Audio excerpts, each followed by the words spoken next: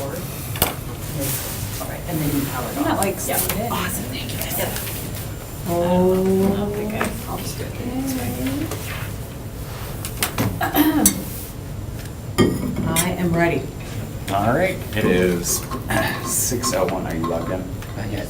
No, do you have to, do Or I have to 5:01. be logged in for you to? Yes, you should be logged in. Wait, I can log you in, hold on. Oh, I can do it.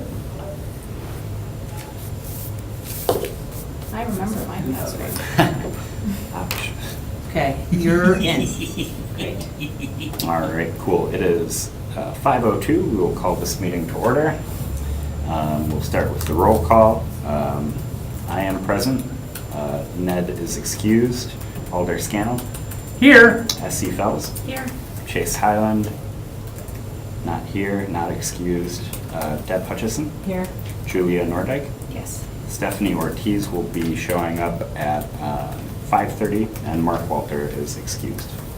All right, we will move on. On.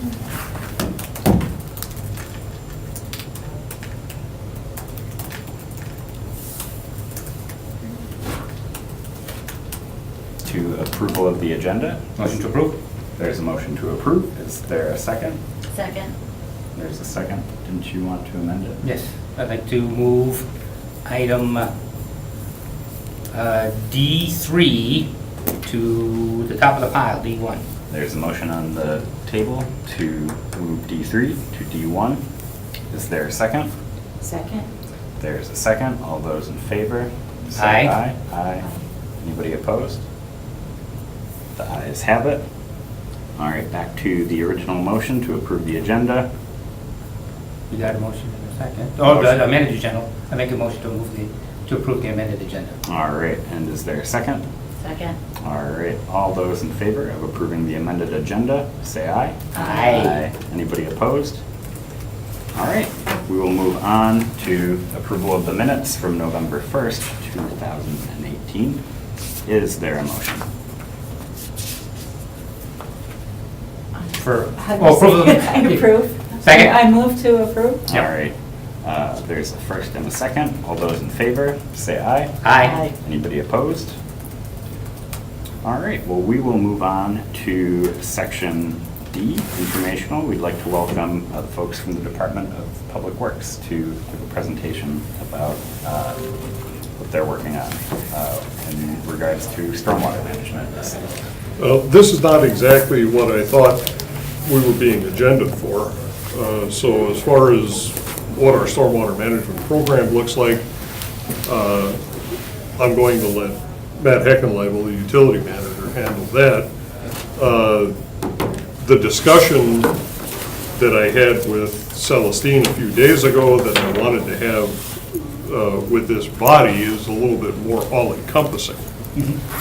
And that discussion involves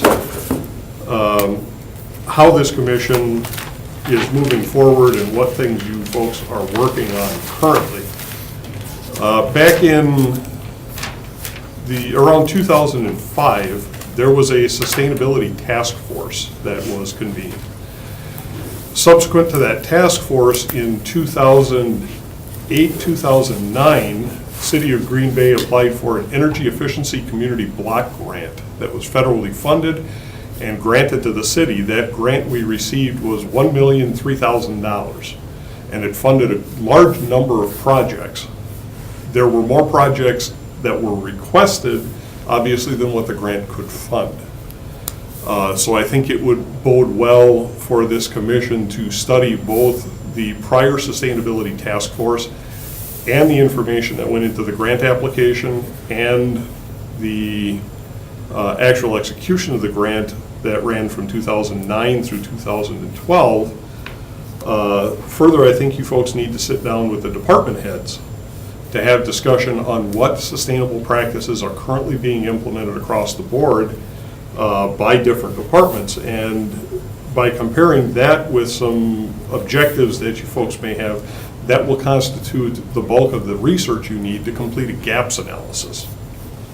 And then you can focus some time and effort on the gaps, because what it appears, based off of what I'm seeing on the agendas, You folks are going off in some directions already, and some of those are not the purview of this commission, okay? Some of those are already handled by ordinance through departments. And specifically, the two items that you're going to be talking about under regular business, item E, that's us. That's what we do. Okay, so really not relevant for this commission to be handling or discussing about action items relative to our stormwater management program, at least not until you've had an opportunity to talk to us about what's going on, and talking about applying for grant funding unless you have a project in mind, definitely not advised. And if you guys are going to be selecting projects, we definitely want you to run that through us, because your project selection may be counter to something else we're already in process of. So what I'm trying to do is make sure that your efforts are focused where they need to be before you get too far down the line and we end up running counter to what other departments are currently doing. So with that in mind, I can let Matt give you an overview of where our stormwater management program is and some of the sustainable practices that we're already implementing. Let's see, I was just given notice about 30 seconds ago that I'm doing this presentation, so. No costumes? No costumes. I'm in my costume, so. A real brief history on our stormwater management program. In the late 1990s, well, prior to that, we'll go way back. EPA obviously has created the clean water requirements, and they put in requirements that construction sites and industrial permits need to be developed. In the late 90s, then they were identifying that municipalities need to take a look at storm sewer discharges to clean up water coming off of those sites or out of storm sewers. And in the late 1990s, the city was notified by the DNR that we were going to be targeted as a Tier 1 community along with the greater Green Bay area to start putting together a stormwater management plan and applying for the MS4 permit, the Municipal Separate Storm Sewer Systems permit. And so we applied in late 1999 to the DNR. We never got a formal response because back then those permits were negotiated. DNR didn't have the staff, so ultimately we continued moving forward, and in 2001 we adopted our first draft of our stormwater management ordinance. It started being implemented December of 2001, and it's still being enforced today. I've been lucky enough I didn't write the initial ordinance, but I was purview to enacting the requirements thereof, so I'm very well versed in our ordinance. It was painful. It was something new that Green Bay didn't fully understand, not only the city, but also consultants and developers and property owners. So it's been an obvious learning curve. Ultimately, in 2006, the city got permitted from the DNR for our MS4 permit as a Tier 2 community. Communities over 100,000 individuals. What does that mean? Well, we had to create various ordinances for stormwater management, post-construction, for erosion control, for illicit discharge. We had to do public education and participation. We had to do annual budgeting and permitting or reporting back to the DNR. We've been doing that since 2006. It's been a fun task. We've gone through 2 permit cycles now, and we'll be going into our 3rd permit cycle. One of the other permit requirements back then was City of Green Bay, well, all permitted communities needed to reduce sediment loading from our storm sewers and city going into waters of the state, waters of the US by 20%. In order to figure out how we were going to do that, we hired a consultant to model the city using a computer program called SLAM. Back at that time, the city did not, I think we were at about 4% of the 20%, and therefore we had to start doing some projects to build up to that 20% mark. We did achieve the 20% ultimately. The next goal at that time was a 40% reduction of sediment coming out of our storm sewers and discharging into the waters of the state, waters of the US.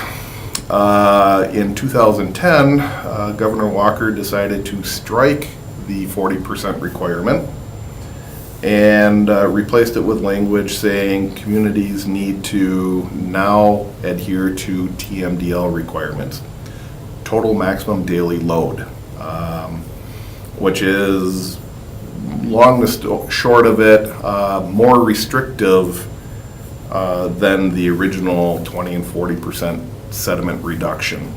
On a citywide basis, we're looking at upwards to 60% reduction of sediment and a 40% reduction of phosphorus.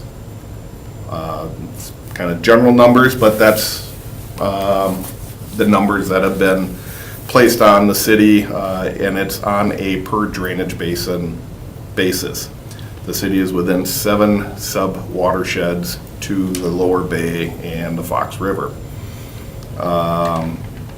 We just had our consultant remodel the city again to find out where we're at. I don't remember the number off the top of my head, but I believe we are at about 28% sediment reduction on a baseline condition from 2004. So we've made progress, but we also are removing somewhere around 20% phosphorus. So again, we're making progress, but we're nowhere close to meeting the ultimate requirements of the TMDL. Part of this report also stated then that, well, here are some potential projects that we could do to make further progress meeting our TMDL goals, and that's just strictly a water quality goal. The report identified 18 projects at an estimated cost of about $100 million. Oh yeah, that only gets us about halfway there to our TMDL requirements. So, and that's doing wet ponds, that's doing some biofiltration, that's keeping existing roadside ditches where practicable. All of our easy projects have been gobbled up at an estimated cost of about $10 million that we've stuck into our program to date. Some of the projects that we've identified, DNR has already come back and said, yeah, the likelihood of you doing anything over and above in these areas will be difficult because they're inline systems. There's already habitat and environmental restrictions that permitting those projects would be difficult, if not impossible. So we have uphill challenges. We've identified some of these projects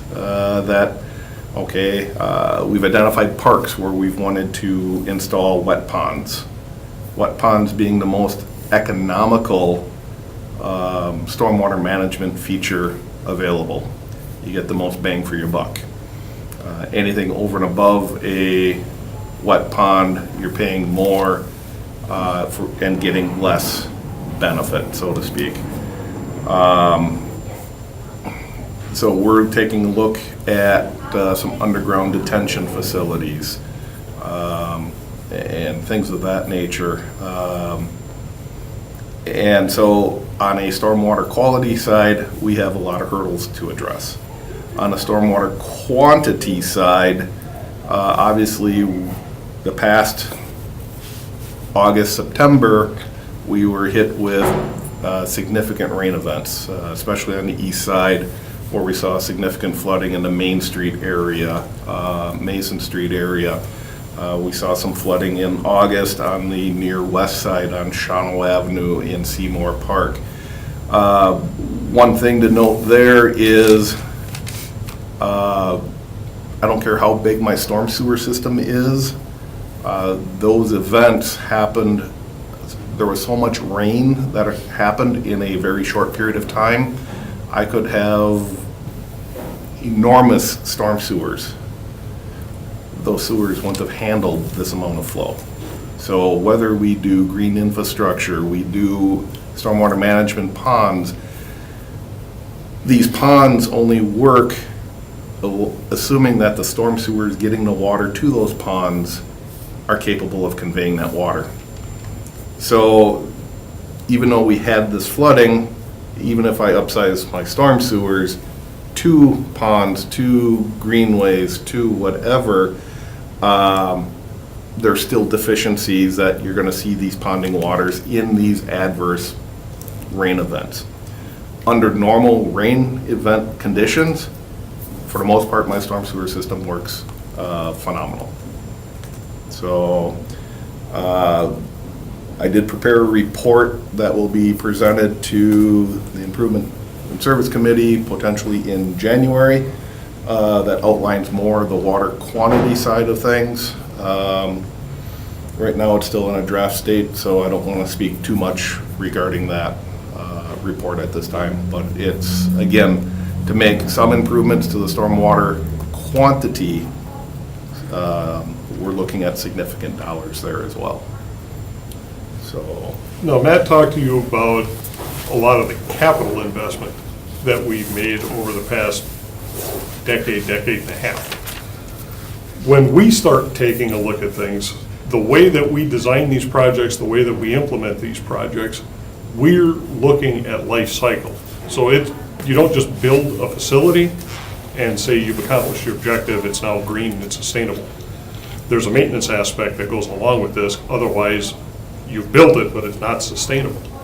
Okay, so with a lot of these facilities, we're looking at routine maintenance. We're looking at, with wet ponds, for instance, in order for that pond to continue to function the way that it's intended to, there's periodic surveys to ensure that we have not accumulated significant sediment accumulation on the bottom of the pond to the point where the pond doesn't function the way that it needs to function any longer.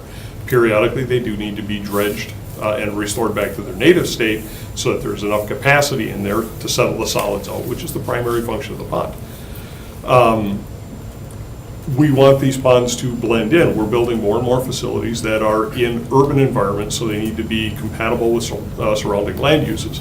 So from a sustainability aspect, we already are selecting, we're working with wildlife biologists, wildlife ecology firms to select suitable plant species that are native to this area, so they are drought tolerant, they are resistant to winter conditions, they are resistant to the wildlife that's here. We work on maintenance of that with prescribed burns and selective hand removal of invasives as opposed to using chemicals. One of the things that erodes the efficiency of a pond faster than anything is a hole. Well, how do you get a hole in a pond? Muskrats. We have been for 7 years, 8 years, we have been employing the use of a trapper that physically goes out and removes muskrats that are damaging the ponds and disposes of the muskrat to keep the pond functioning. Okay, we are working on a very aggressive plan now that we've started getting where we need to be with our sanitary sewers, on a storm sewer cleaning program to get the storm sewers back to a position. Again, with the burns and some of the vegetation management, that's all being accomplished without the use of herbicides, pesticides. So we are looking at things from a holistic perspective, and we are looking at things from a long-term perspective. a lot of the information may not necessarily be readily available in the public, so it may not be as evident what sustainability practices we are currently undertaking. And again, I think that goes back to the earlier statement that I had, that I think before we get the cart in front of the horse, I really think it would be advisable to sit down and meet with folks. If you've got ideas, start doing the investigation with the departments to find out what's going on, where your gaps are, so we don't get into action items where we might be either counter to what's going on, counter to what direction that department or the city might be moving, or if you're trying to replicate efforts that are 10 years in our rearview mirror.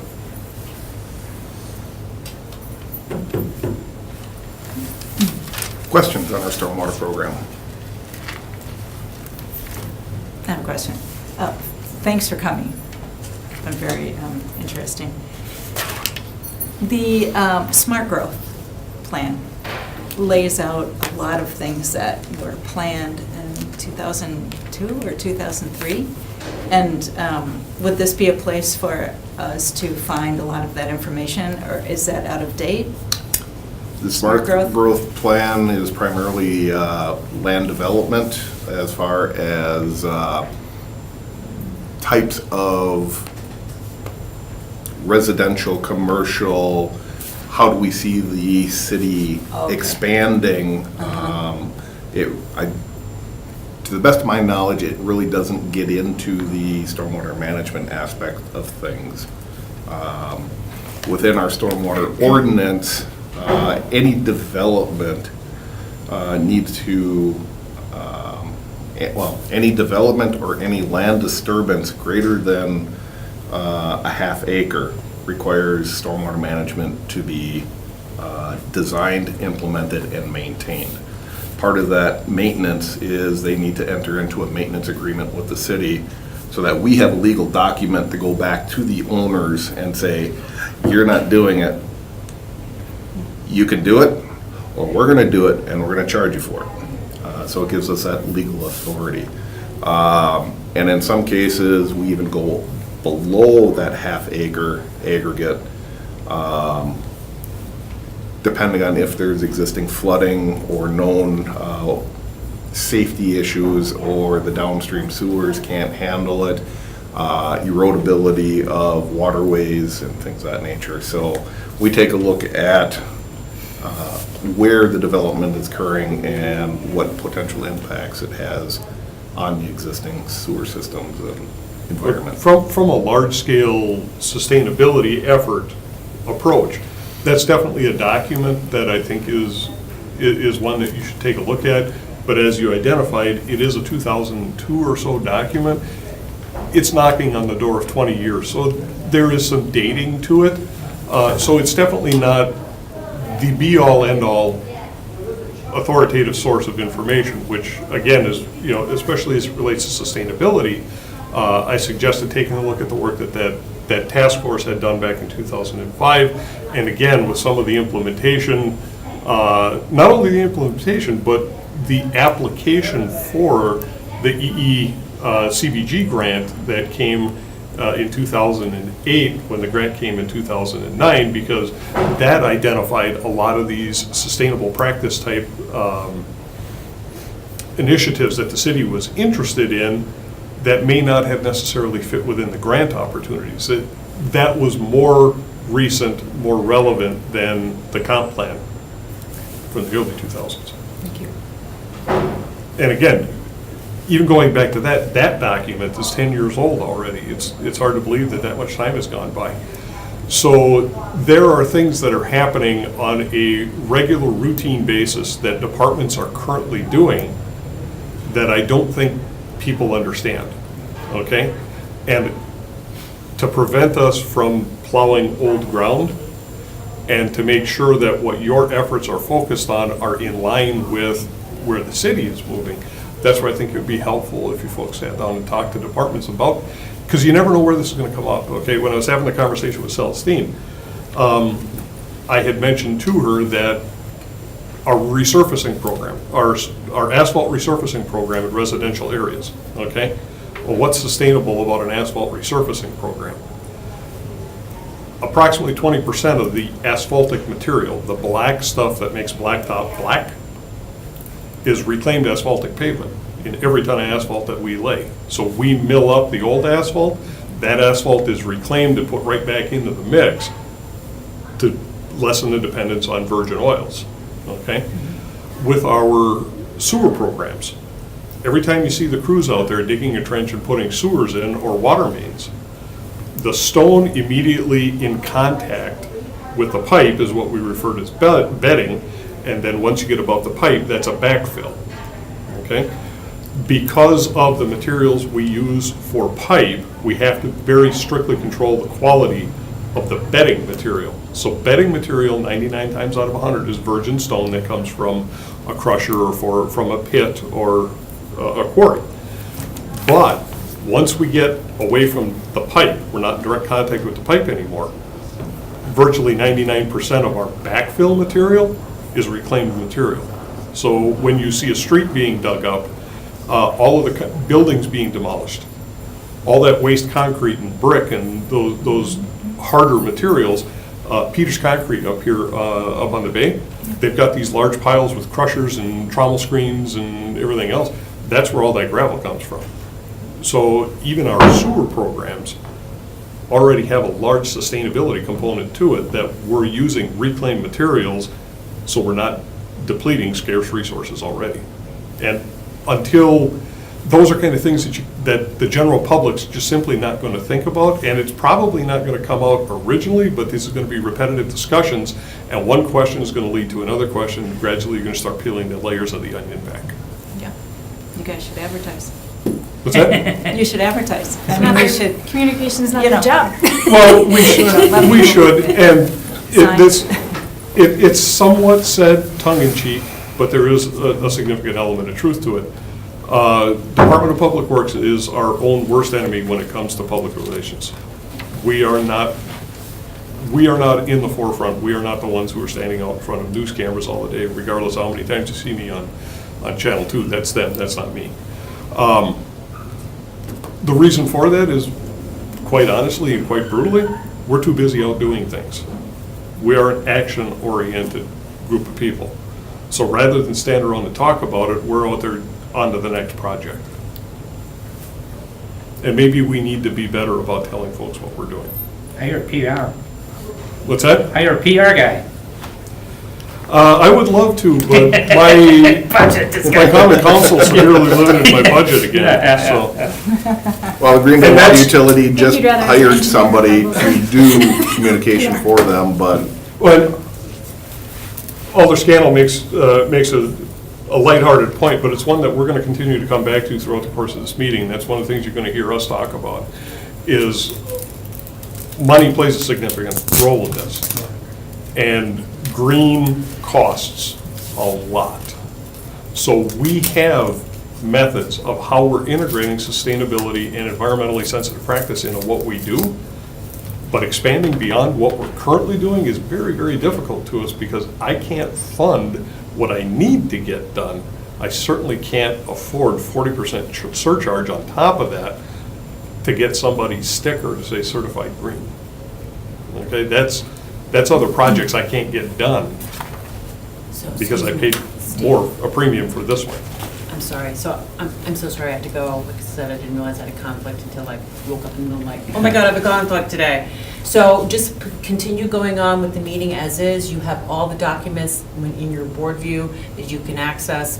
The stormwater management ordinance is attached to this item. I got whatever I have for you attached to the item. I see that Julia has some handouts. Please make sure. I have a presentation too. Yes. So I have. does someone know how to do that? PDF. I have a PDF What do you mean that on you that? gave me, so it should be. That's not my, okay, I'll use that, Oh, but that so what wasn't you can mine. do- That was, I did it more for. You need to do a presentation on So it. all you have to do, Yeah. Julia, Yeah. is turn on the TV and attach. Do you have? Yeah. Yep, so you can just attach it to a laptop, one of these things here.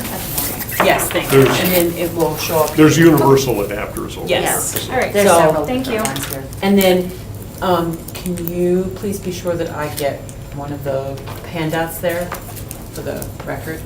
Sure. That's your job. I'll lock up the others and. Thank you so much. I'm so sorry to have to That's rely all right. on you. Have fun. But yeah, I have a thing I have to do. I don't see you Bye. at Christmas. Yeah. Did you have more questions? Good. Oh. Underground detention, which sounds wicked. Is that like tanks or cisterns or something? Is that? It's a combination of efforts. One project that we did work on with Green Bay Packers Incorporated, there is a large concrete underground storage tank located in the northeast corner of the parking lot at the corner of Lombardi and Oneida. Several 100,000 gallon. It's roughly the size of a football field, about 15 feet deep underneath the pavement, Oh, wow. and you don't even know it's there. There's one under the new Festival of Foods too. There is a elongated detention system in the Festival Foods. Guys, So- come on, pool, open pool, we could have just, Some of the- That Some- was some of discussed. the- Some of the other things that we have used I don't for think you want to swim in stormwater. underground detention is simply to oversize several segments of pipe. So if your storm sewer is a 24-inch diameter storm sewer, and that's what's necessary to hydraulically convey the amount of stormwater, you take that 24 and you upsize it to a 60. So the water sits and pools in there, and the pipe is buried underground.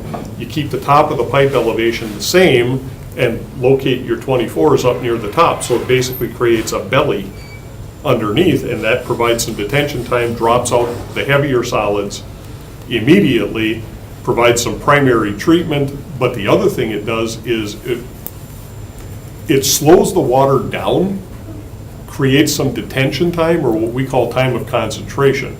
And that buys, when you look at water, not all water gets into the pipe at the same time. Some water gets there early, some water gets there later, and that same pipe gets used multiple times during the rainstorm. Make sense? yeah. So what ponds do, these underground detention basins, a variety of other things, you're taking certain water and you're slowing it down so that this water has a chance to get through the pipe and out, creating incapacity in that pipe to take other water. That way you can use a 24-inch diameter pipe instead of having to put a 60-inch pipe underground. Another smaller version of underground detention is actually up in Bay Beach. Just some of the new rides that went in 2-3 years ago. We put some small underground detention in, and then again, we're looking at some other areas that we're considering some underground detention. 2 years ago, we did a green parking lot for Bay Beach on the far west end with biofilters and permeable pavement. What's a biofilter? What would be? Well, that's why I was Oh. going to go first. Okay, never mind. You're talking All right, about. I can resist that question. We've used a variety of different, Best what are referred to management best practice. management practices, BMPs. You saw them at St. Mary's Hospital. Oh. Those are in the parking lot. Uh-huh. There's like bioretention. Okay. Okay, They cut the one of the water other off. things I think Julie is going to talk about in her presentation, when the watermark was constructed, there had to be something. They were required to do something, but given where that building was, integrating part of the old Prangies, then part of the mall expansion from 82, that eventually became the Children's Museum in Hagemeister Park and the stuff fronting Washington Street.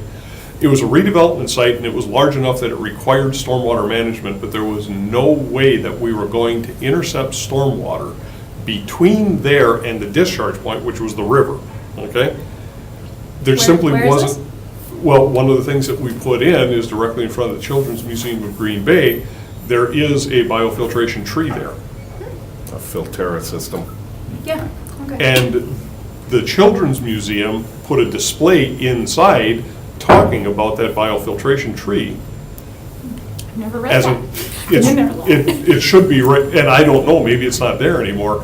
One of the issues that we found was the media that's necessary to do the stormwater management and then the tree species to put in the pit weren't real conducive to Wisconsin winters, and they're not salt tolerant at all. Yikes. And if you're in an urban environment in the downtown, folks expect that in the winter you should be able to walk and not slip, so there's a lot of salt usage. The other thing, those trees aren't very conducive to our snowplows or vehicles. Yeah, if you got a It got blade, they clipped off tend 4 to shear off times. real quick. Oh, no. So, along with that, right by the parking ramp, for the Children's Museum, they put in a proprietary device that helps settle out some of the sediments. And then directly to the west of the old Prangies, the old, the Watermark, et cetera, there's something called City Deck, where we actually have permeable pavers integrated in that walkway, that greenway. So I wouldn't call it a true permeable paver because there's not the traditional amount of open gaps, but there is some infiltration that does occur, some filtration that occurs with permeable pavers.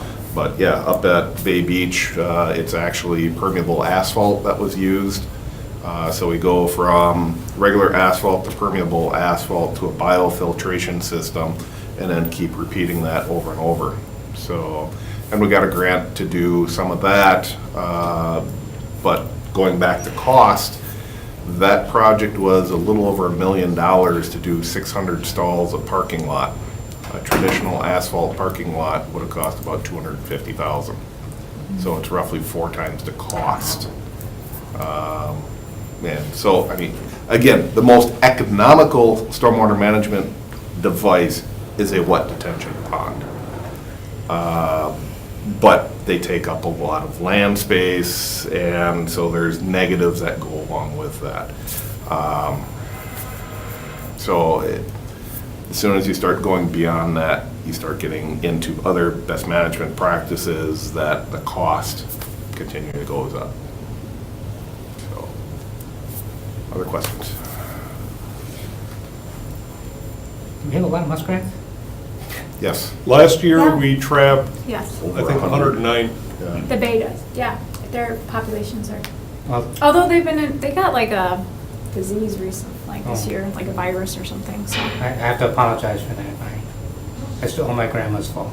She died and she used to eat muskrat. Oh. So she's not keeping the population. She's not keeping the checked population down single-handedly anymore, any so longer? I apologize. Okay.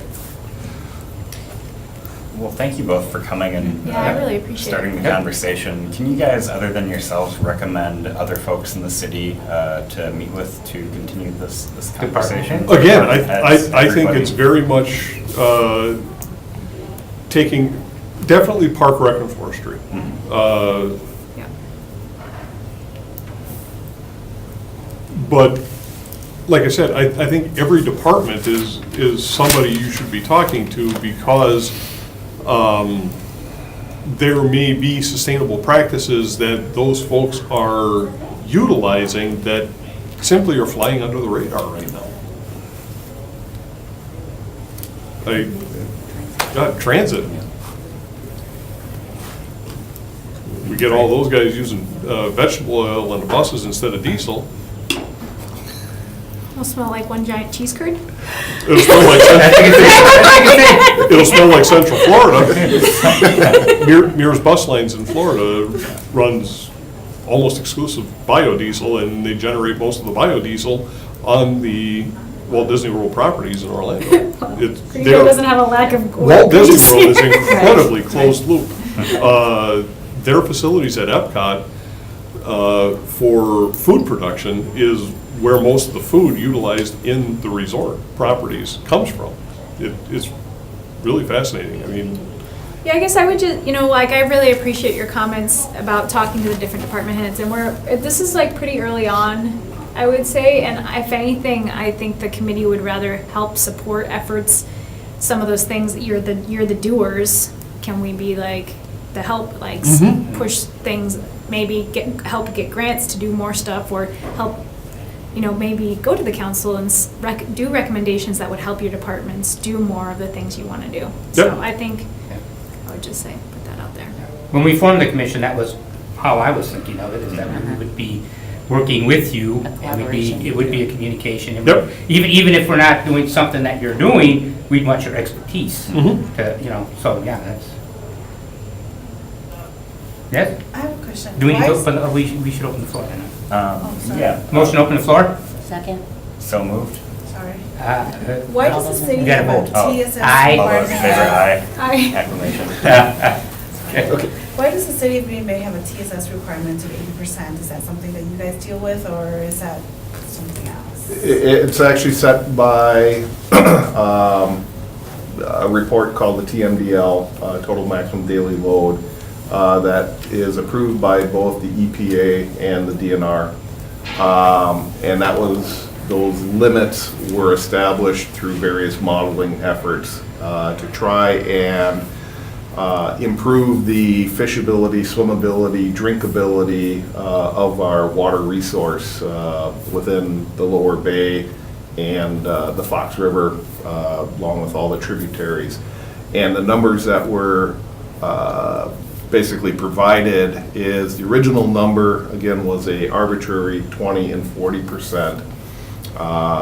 The governor in 2010 said that arbitrary number is just that, arbitrary, there's no basis behind it.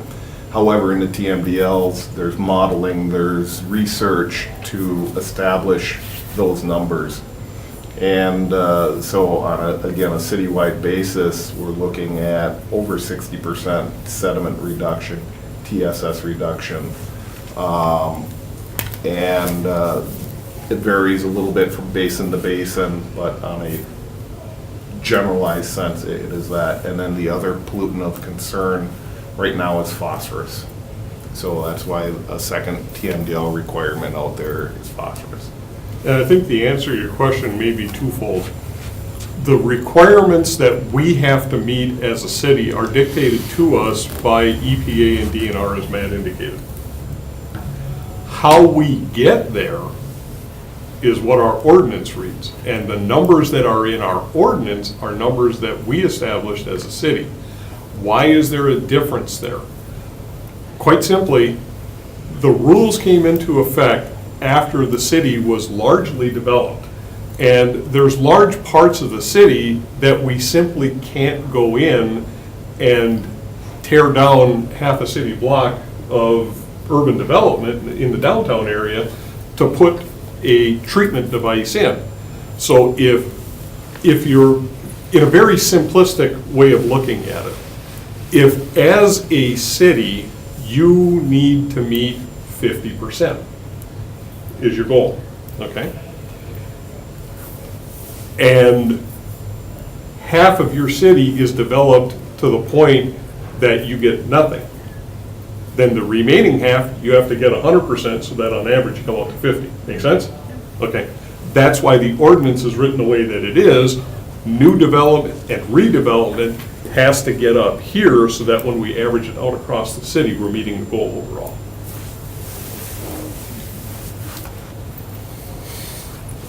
Anything else?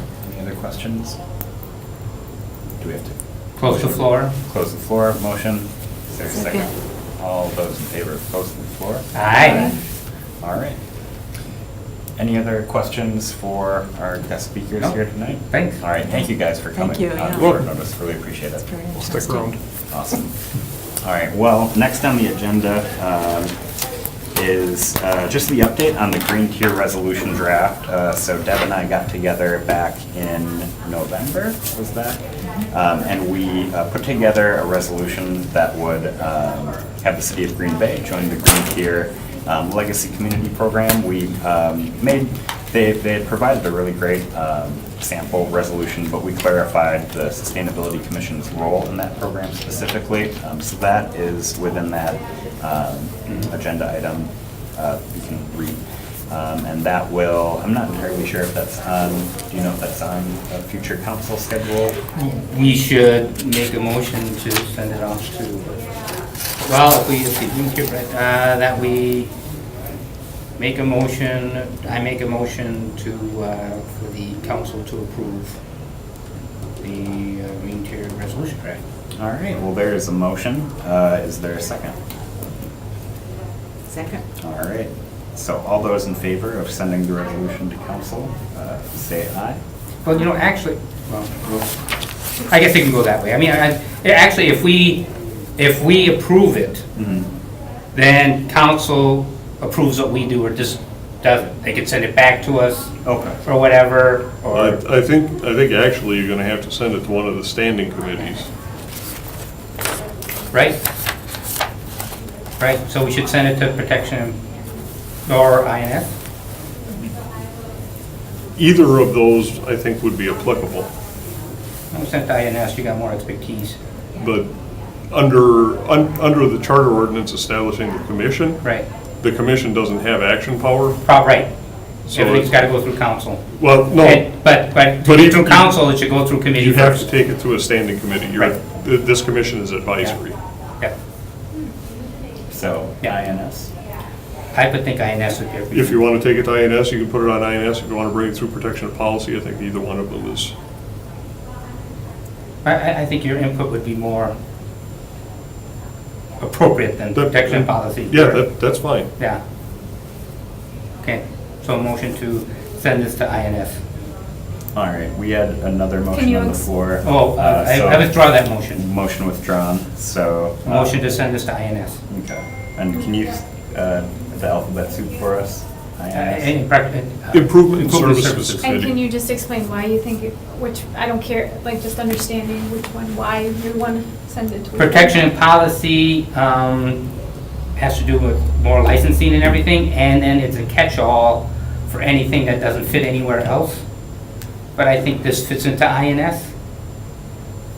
Improvement services.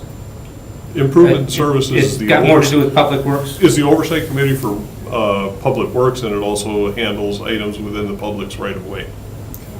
Okay. Seems relevant. Yeah, so I think, I think it's more appropriate there. If it's, you could say this or this, protection policy should be last. I mean, if it's another committee, that's more appropriate, because unless it's directly related to liquor licensing or something. That's fine, I was just it- wondering. It's just a what catch-all your for anything that rationale doesn't was. fit, and I think it fits. Sounds good. Yep. All right, so the motion is to send it to INS committee. Second? Is there a second? You made the motion. Yep. I'll Is there a second that. second? All right, seconded by Essie. All those in favor? Aye. All those opposed? All right, so that will go on to committee. Great, and then on to our next item. Julia. Okay, so she said, Peer support, so all you gotta do is bring your laptop down here. I don't have a laptop. Oh, Is that okay? yeah, You sure? yeah. Is this what you need? I have actually, I just updated. Okay. You could use mine for a nickel. Mine's Charge pretty. 4 cents. It's not saying much about the laptop. Can't see Oh, which kind that It's an app, I don't know, but Oh, do you have I think yours? I, just these two. If there's anything else. I guess Sorry. I'll take that nickel. I'll give you, I owe you a nickel. So there's an HDI cord. Is there an HDI one? Looking to see. Right there. There should be a, This looks like HDI.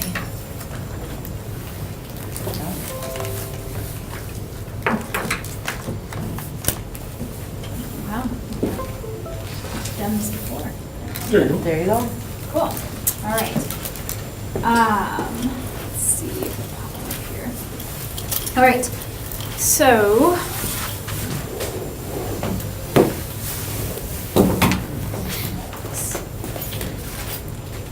Look, you guys. These are more just like prop. Yeah, there you go. Props. Unless you really, really, really want one. But we can also Well- download them online. So- Well, that's what I want, that's what I want. But you should look at it now, 'cause, Right. I mean. And then I'll give it stuff like to that. Celestine. It's more, it's There. really like a more technical kind of, yeah, you can give her this. We sent her a link of the document too. Yep. So Oh. she has it already. I'll then make It sure should to be realize that. in the link in Okay. the PDF. All right, so I'm with the University of Wisconsin, and just I geared this presentation for them, since That's fine. a lot of what terms you use, they might have been like, huh, okay. But I'm glad you're here to just see what this is kind of about and why the grant got on as an idea. It moved quicker than I anticipated, I hadn't really thought about it. But I work for the University of Wisconsin Sea Grant. I think I met you once, maybe at a Foxwell Watershed Alliance Probably. conference a few years ago. I work with communities on the Great Lakes. So, and a lot in my, sorry, I'm not very good at talking to you. Is there a? Hi, Stephanie. Hi. So I work with a lot of different communities in Wisconsin in general on this particular project. I am not an engineer, I'm not a planner, but I helped develop that workbook, which you're based off of, and what this presentation is going to be a little bit about. But I wanted to give a little bit of background to everyone, just to understand what, because when I talked to, Seth's watched actually a full, this is a very short version of this presentation too. Seth watched the whole webinar, and he liked what he saw and thought maybe, and it was part of the Green Tier Legacy Communities webinar series. And he thought, and then all of a sudden I got on the agenda. So, we're here. So, the Sustainability Commission went very quickly from renewable energy to water, water resource management, very quickly. Okay, in general. So yeah, I am outreach. I'm an outreach specialist. Okay, so I work with communities. I provide assistance and grant writing and education and stuff around this project and many other projects. But okay, so the first thing I just wanted to kind of clarify what what we're talking about in general is stormwater. So traditional gray stormwater, which Matt manages for the whole community, basically, it's all the water when the snow melts or it rains. We're basically conveying it away from our buildings and our houses into parking lots and storm drains. Okay, and then those go to our gutters and then our storm drains. They eventually end up in our community. In either the nearest water body, like the lake, or the river, the Fox River, or maybe a creek going off of that. So the big problem really with stormwater, and most of what I'm telling you, this is nationwide problems in general, is what's actually going into our storm drains that's coming off all these really hard impervious surfaces. So this is, oh good, it worked. Wow. That looks cool. Let's see if I can get it to work when I did it. There we go. This is a storm drain of a storm, I think on the west coast, a storm outfall going into the thing. So we have, if you think about like oil, we have lots of oils on the roads. We have salts is becoming a really big issue in general, which is a very tricky one because of the health or the hazards of, we want our roads dry for people not falling and slipping and everything. But there's, bacteria, there's fertilizers, there's pesticides, there's all sorts of stuff. There's heavy metals, a lot of heavy metals going in stormwater. And so it's really just not clean water, and it's all ending up basically in our local water body. And we live on the river and directly on the Great Lakes too. So that's like traditional. So across the country, we have this really old aging infrastructure, and it's not meant to handle, it's like some of the stuff that you can see is over 100 years old. Superior, Wisconsin has like storm pipes that are made of bricks still. I don't know if that exists. That exists here too. So imagine your storm going in pipes made of bricks. And then once like one brick all of a sudden deteriorates, it's apparently like a zip line. Actually, our brick sewers are one of our better sewer systems. They're the best and better, okay. As far as I don't know what that's. as far as structural integrity. That's good. It's amazing. I wish we had an opportunity where we could do public tours of things like this, because the craftsmanship that went into those brick sewers and brick manholes is just, it's absolutely phenomenal. That Well, stuff will still be standing longer after I'm dead. Well, I know somebody who does public tours, but I'm just kidding. Would that be the way to go then? No, No? No. Okay. So we have the traditional, and that's just a big piece of the pie, like we're, but there are other things, they start talking about green stormwater infrastructure. And see, these are just different ways to manage stormwater, and they're really about trying to restore hydrological processes. So really getting the water to infiltrate in the ground when it lands or the snow melts, or store it and so it can evaporate. And so it's preventing that water from like rushing into our stormwater drains, or in the creeks and rivers and stuff, and taking it with the pollutants. They also filter out a lot of the pollutants ahead of time, too. So this is an example. This is down in Milwaukee. This was a huge brownfield site, so very contaminated, the industrial. It was like the machine engine of the world where they manufactured trains for the nation. And it was a brownfield for many years, and now they turned it, and they did a contest, and they had architectural designs, but this is an eco-industrial park now, and so there's like 10 different industries, very large businesses, Palmero Pizzas down there, and all of the stormwater from that park is actually filtered into these like reconstructed wetlands areas. And so it slows the water down, and then on the other side of that trees is the Milwaukee River, okay? And so it slows the water down, filters out stuff, and then eventually, and they've also they've connected it with the Hank Aaron Trail, so it's become a really big public asset also. And so this is just a large scale example of managing stormwater a little differently than just trying to get it off your site and down into the gutters and the pipes as fast as possible. So some of the examples that we were talking about earlier, so these are like infiltration bioswales, and so these are like when in areas that so what you can see is the planted version at the top, okay, and then you can kind of see how it might be constructed at the bottom. And you can see how the engineering is done. These are engineered systems, so the engineering is done to like meander the water, so it slows it down. Another thing, so you're not having like it all, he was talking about how their underground systems have different ways of slowing it down, so it's not all rushing in.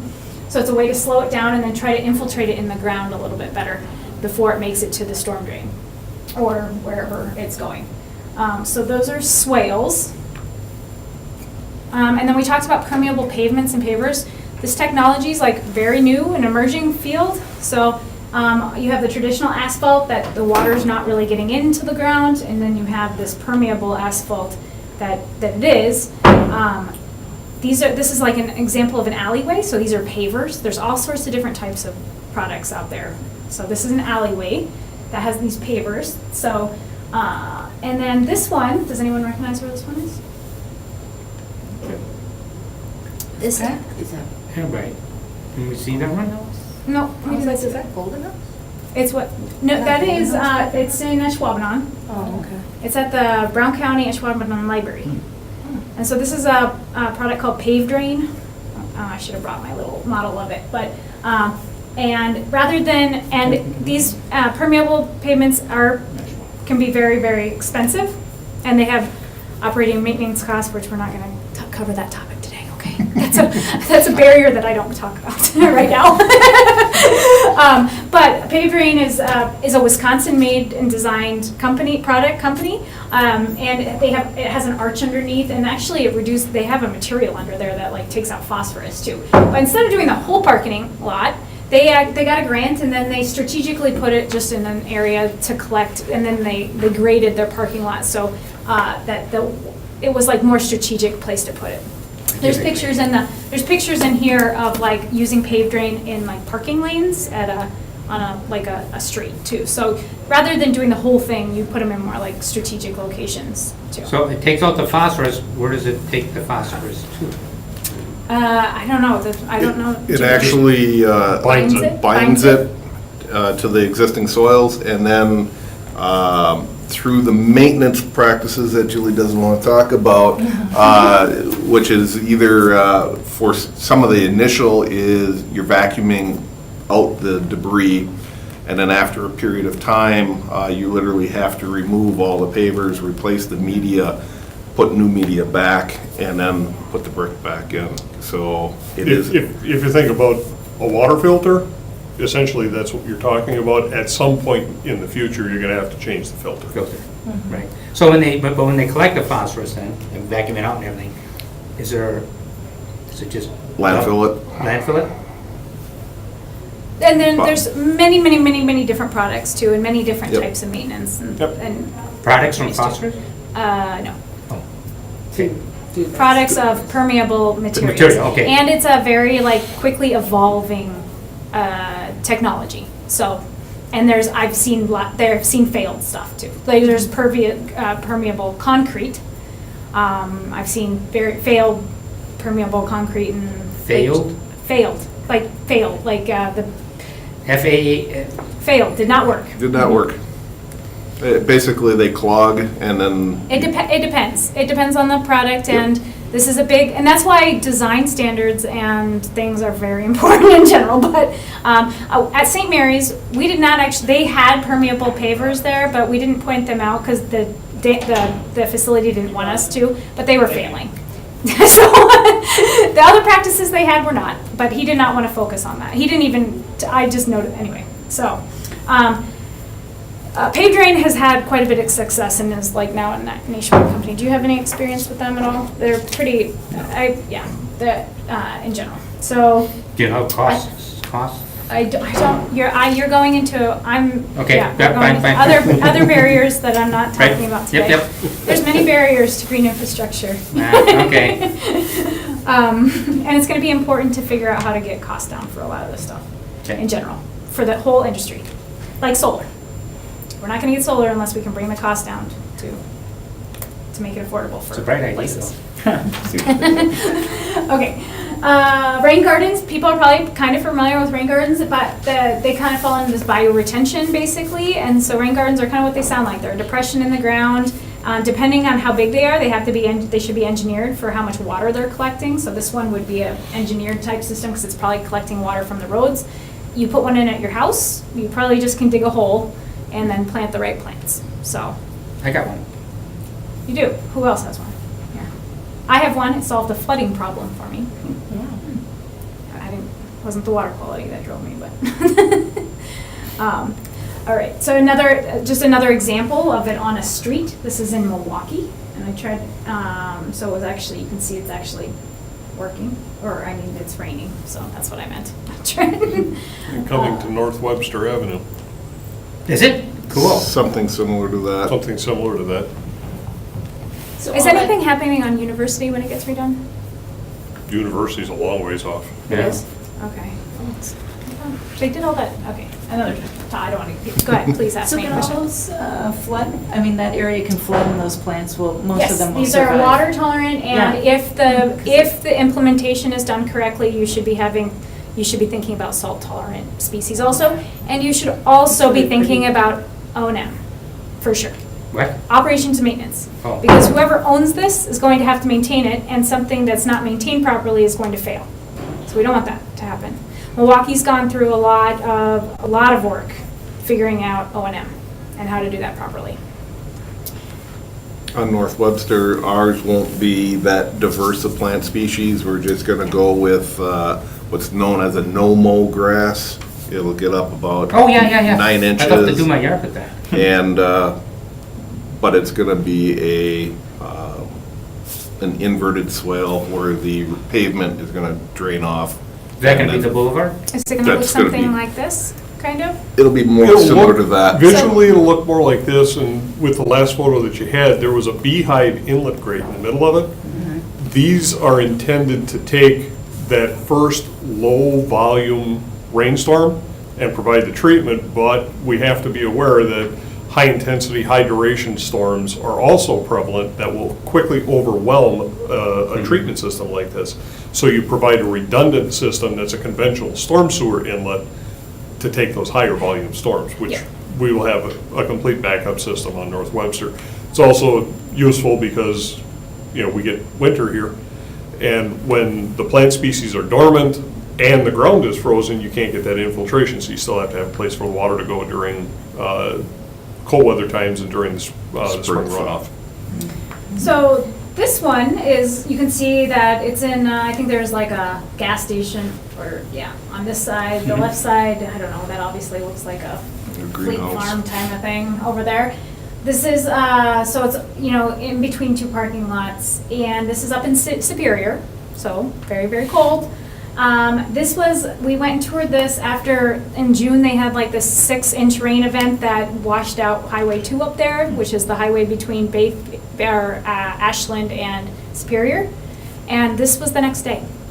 So these systems are meant to drain. You know, they're not gonna be standing pools of water. If it's standing pool of water, it's not designed properly, basically, too. So it was like a perfect time to go visit these systems, actually. So this is, you know, built on, this was, you know, the developer, they were able to put it in, they used like local compost even, but just like a lower maintenance type situation. So you really want to consider who owns it and how is it going to be maintained. Rainwater harvesting is another example. So most people understand rain barrels. I just want to show you some bigger examples of this. This is that Menominee Valley, I didn't say the name of it earlier, but that big eco development. So this is a giant cistern collecting the water off the highway that's going above it. And then they use that to water plants. So I just want to throw that out there. That is a type of green infrastructure in general. These are planter boxes, so these would be more appropriate in urban settings where there isn't a lot of space in general to do all these big projects, or people want to do things on the side of their building. And so you can see the storm drain is just put into this, and there's lots of other things. Deep-rooted plants can be considered. They mentioned they're doing a lot of natives. The village of Alloway does in their stormwater ponds, plants like all native deep-rooted plants because they like the aesthetics of it. This would be like a residential kind of thing too. I think Ned, you said Ned has like his whole yard is deep-rooted plants, but Oneida is doing some replacing turf grass with deep-rooted plants in general in bigger areas. So that has a couple benefits. It infiltrates the water, and then that's a cost savings area because there's less maintenance in terms of mowing, pesticide, and herbicide application. Once it's established. Yes. Which is usually a 5-year time period. And then even once it's established, you still have to do maintenance of periodic burns Or mowing, cuttings. yeah. So there's still a maintenance aspect, and a lot of our early stormwater ponds have native prairie plantings associated with it. And we're not adverse to them, but just in some cases, due to the proximity of some of the residential developments, they don't want the deep native species. And so our first couple ponds that we put in, our consultant put in 50 different varieties of plants. Well, only 5 survived. So we've cut our planting selection back to about 12 different species, and that seems to work quite well. But some of the other things that we have found with using the natives, and putting some degree of biodiversity in, again, it's not simply about the stormwater management. In order for it to be truly sustainable, what it does is provides the plant species that will provide the habitat for the animal species. So one of the reasons that Ned is so invested in this, a lot of the wildflowers here provide habitat and food for native bee populations. So it's very good for pollinators. It brings back chipmunks, squirrels, small mammals, which raptors then feed on, and it's taking a more holistic approach and looking long-term at sustainability. So there's a lot of different reasons beyond the short-term benefits of stormwater management that we want to continue to look at these things. Do we have a list of the 12 species we use? We have old plans on. Old plans and. Oh. And just to compare a project that we did in 2006 versus a project we completed in 2018, it'd be real easy to take a look and, this.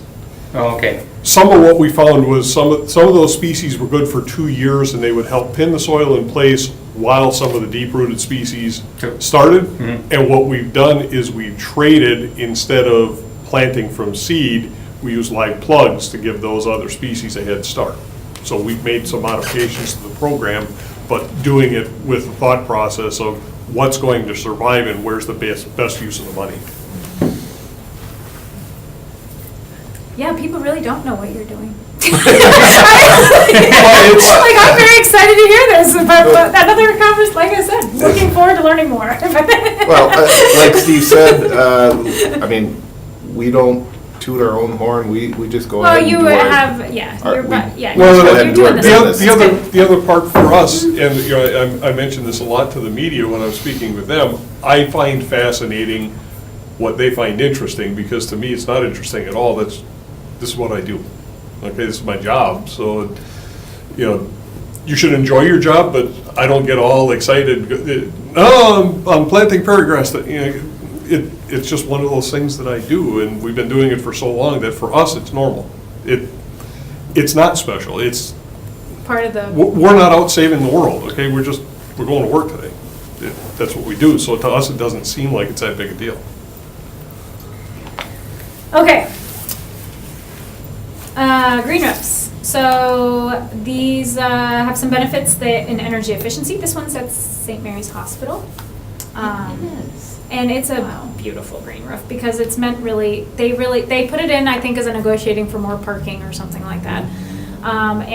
But they also use it as a place for their patients, and understanding green and nature really helps with health and healing also, and just part of their environmental ethic. But I mean, it can hold a lot of people up there. So a lot of, like, there's De Pere, I think, has, like, City Hall theirs has a green roof now, but I don't know. It's not like something you could go up and, like, take a look at because it's not probably, but there's, anyway, there's energy efficiencies, and this is a way to capture the stuff right on the roof. Here is, so stormwater trees. So these are specific trees that are meant to capture stormwater. They mentioned one that sounds like it was a failed experience, which is unfortunate. And this is another kind of technology that's there's lots of different products out there. So this is just one. This one is like I think it's called Civicel, but it's meant so these cells actually go underneath the pavement so then the roots can grow. And because a lot of urban trees like get put in a little box and then, I mean, their lifespan is pretty short if it's on a street tree, because their roots can't grow, basically. So It wasn't a but- failure, it taught us where not to put one. I like that. I Well, like that it we- doesn't we- deter. I like that it's not going to deter you from doing another No, one we still potentially. believe in the concept, we just found that it wasn't applicable at the back of a curb. It Yeah. needs to be in a public plaza. Yeah, yeah. Here's just another kind of example of, in Milwaukee, again, them using trees this is also bioretention, but this is really definitely, there's trees and bioretention. So it all takes, yes, lots of lessons learned over the last few years and more to come, I'm sure.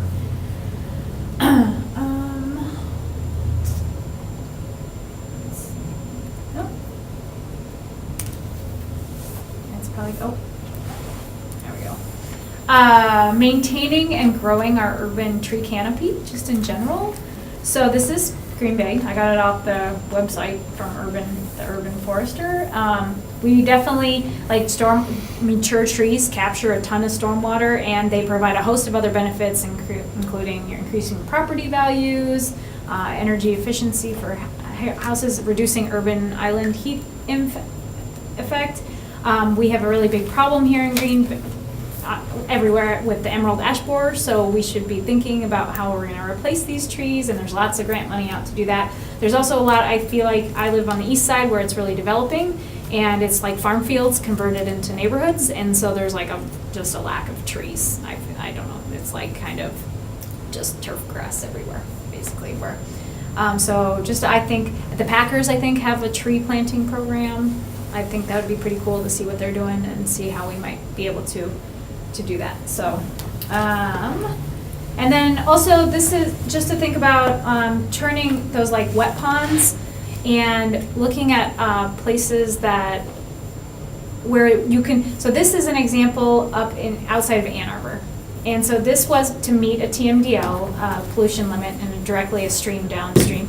And they had storage like wet ponds, and then they had to reconstruct them, and I think there's several of them. But they also turn it into preserve, and this is a big community asset. So I'm taking this picture on a trail that goes around too. So thinking about how we can make these things into community assets also at the same time as meeting the goals of water quality and quantity issues, so. So those are like examples of green infrastructure, what I'm talking about. So why do codes and ordinances matter for green infrastructure? Well, a lot of reasons. As many of you know, codes and ordinances really dictate a lot of stuff in the community, whether it's road widths, public services, how private property is dealt with, how public property is managed, even how governance is run within a community, right? So across the nation, codes and ordinances were developed before we actually knew the impacts of stormwater on our natural or water resources in general. So we have very outdated codes and ordinances overall across the country and in general. Can I So- just say something? John Nolan designed that. Do people know this? I did not know that. Okay, so John Nolan Drive in Madison, you know, that's how I know it, but they, Green Bay hired him from out east somewhere, and he came out and he did this. And You he know- put parks everywhere. Yeah, and I've got a photo, it's a little bit updated at home of this, but isn't that just a little trivia? I'm glad to know that. Interesting, yeah. Yeah, so outdated one can have an impact and can be barriers to green infrastructure and new technology. I mean, we have outdated ones. There's examples where there's different parking ratios for men's and women's department stores in communities, or where to tie up your horse downtown properly. Like, there's one community, this is not a good one, of like the feeble-minded, like parking for the, like, yes, parking ratios for, so these are things we really need to maybe take a look at and say, what in this, you know, the 21st century should we be looking at? So, okay, so codes and ordinances also, so that we have outdated ones. We also have in communities across Wisconsin, sometimes you have charismatic leaders who are doing amazing things that you don't even know about, but what happens if they get hit by the beer truck or go Mexico? A big muskrat? If they get somehow, yeah, a muskrat. They, I don't know, get blocked by a muskrat somehow, you know?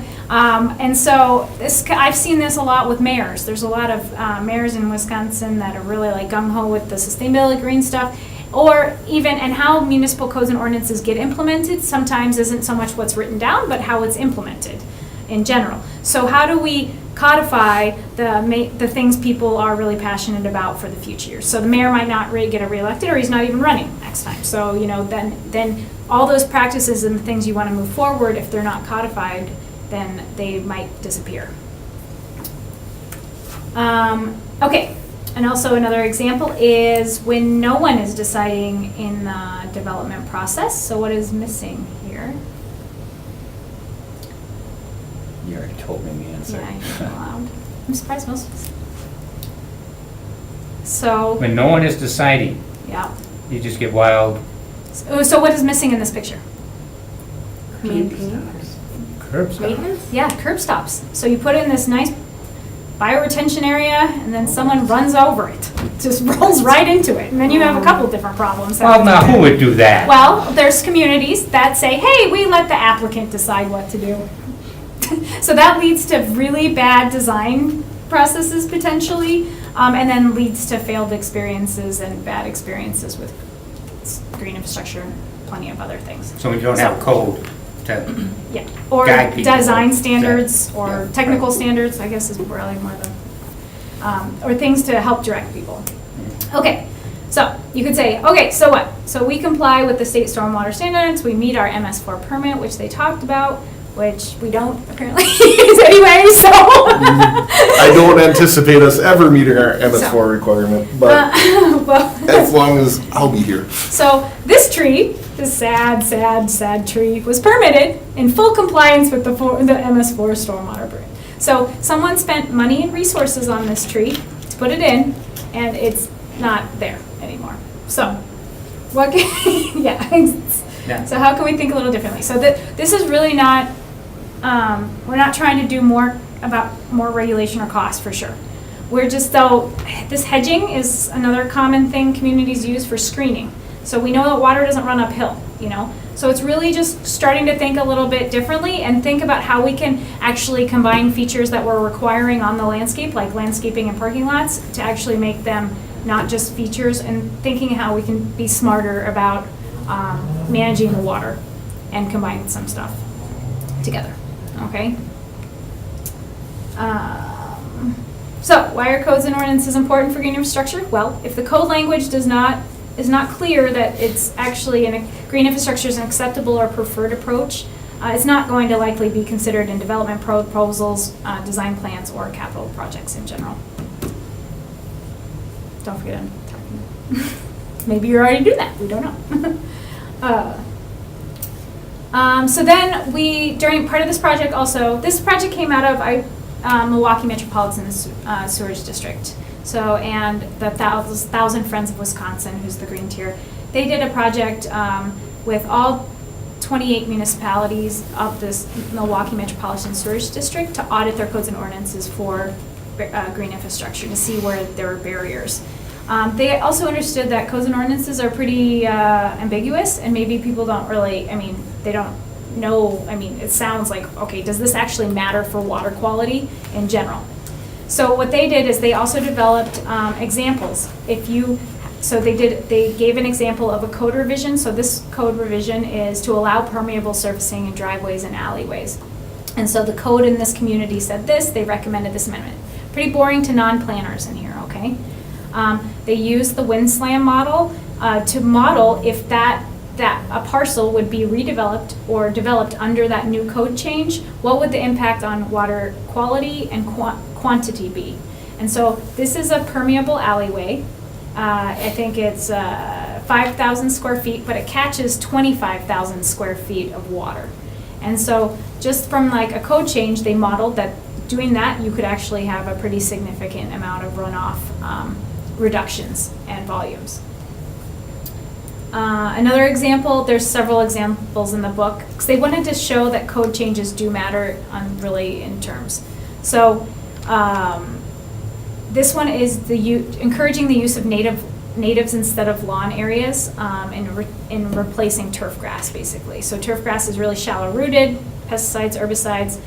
So just adding language to encourage the use of natives in properties. So then they took this commercial site, 1.74 acres, I believe, and just by replacing the turf grass, not including any other stormwater measures, they could reduce runoff volume by a significant amount. So the volume by 74%, and then the TSS by total suspended solids, which is sediment, by 64%.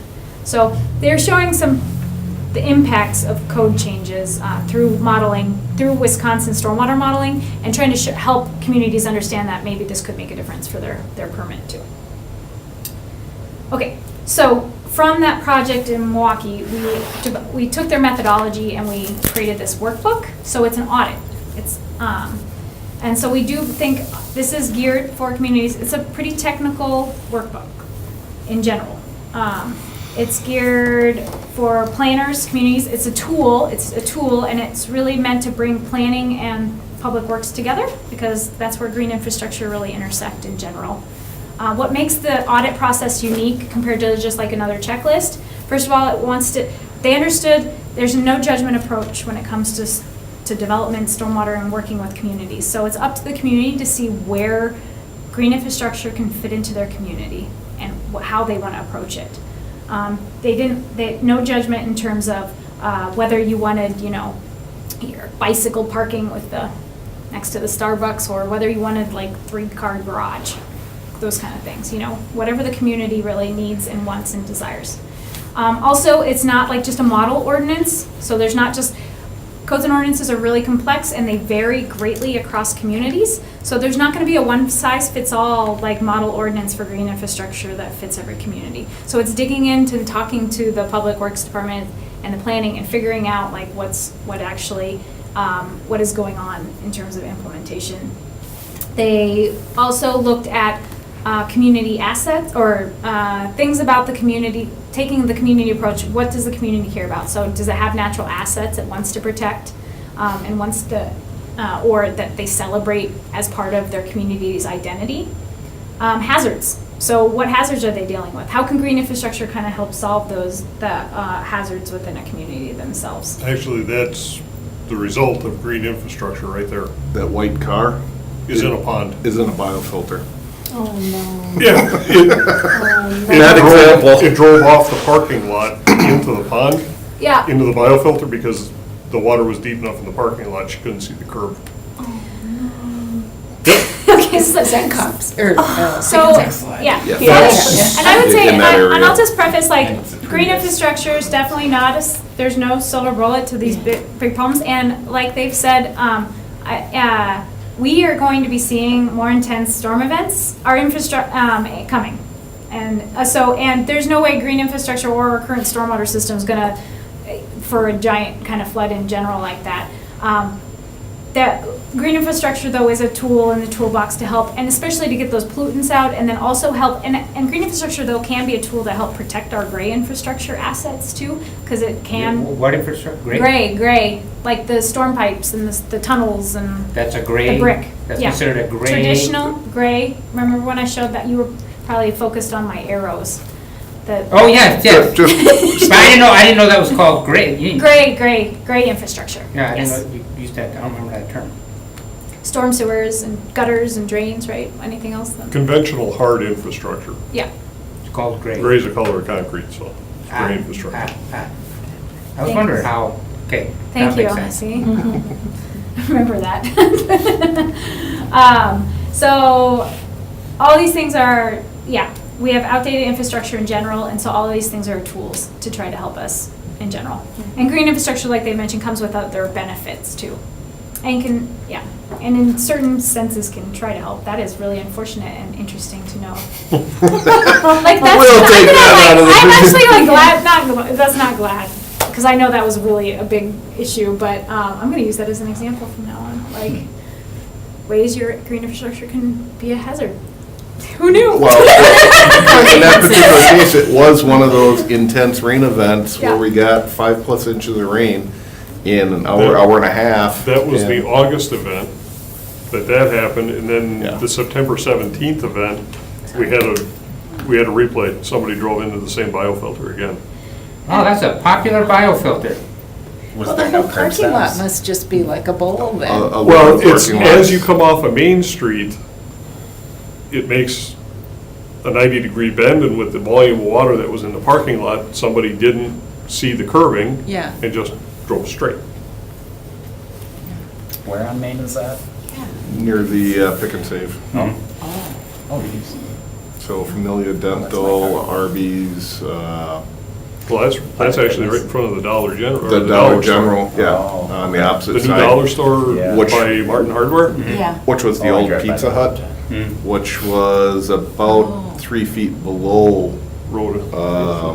the Main Street elevation. So they actually built up the store, but left the biofilter and the edges around the parking lot low. So yeah, they just drove off. I'm gonna have to go check that out.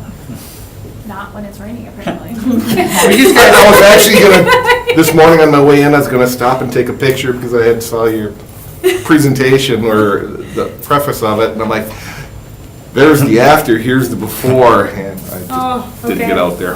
Okay. Oh, boy. We just gotta build cars with water wings. Oh, boy. Lyndon Johnson had one. There we go.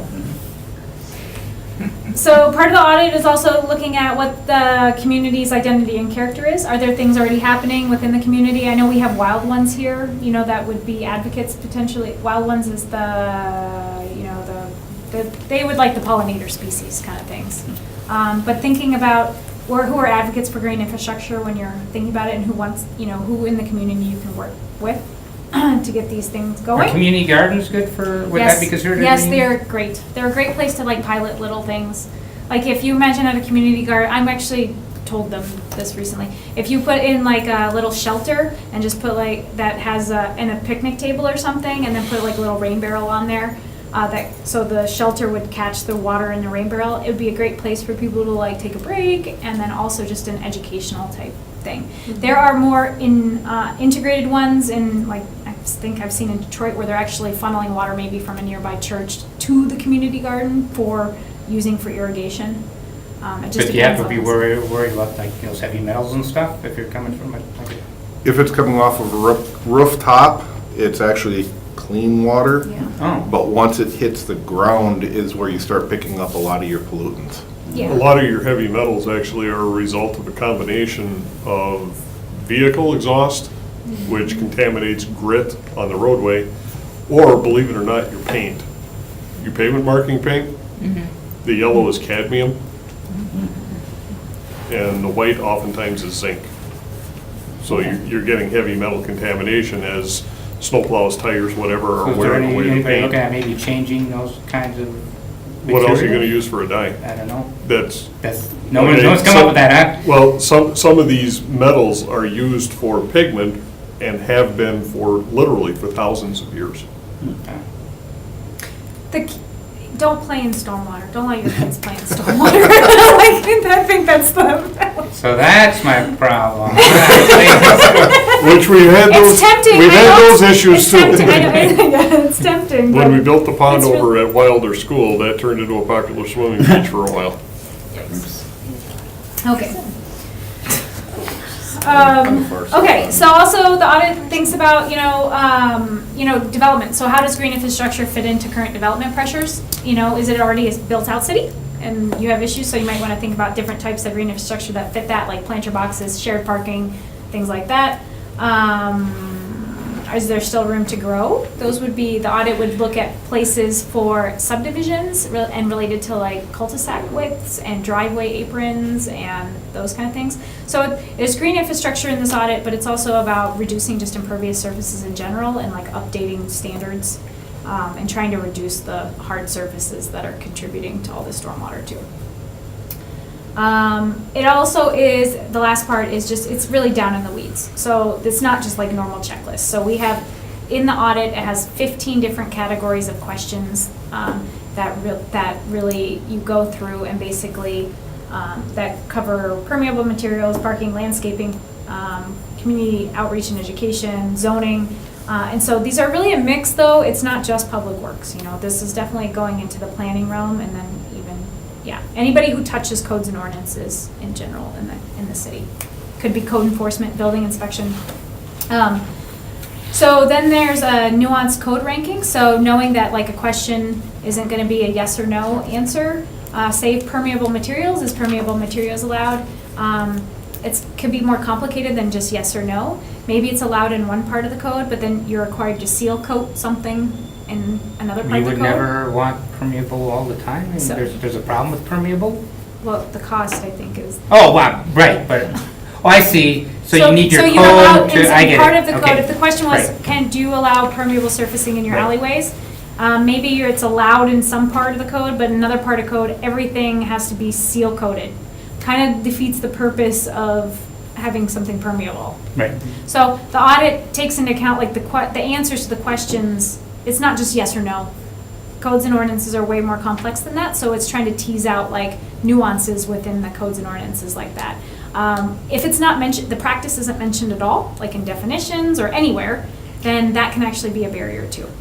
Because maybe it's up to the discretion of the municipal staff or the council or the planning commission to approve it. And if without it in the codes and ordinances, what do they have to go off of at all? So this is an example from the landscaping. So is the use of deep-rooted plants and native plants encouraged in the landscaping standards? So there's landscaping standards, you're required to do landscaping.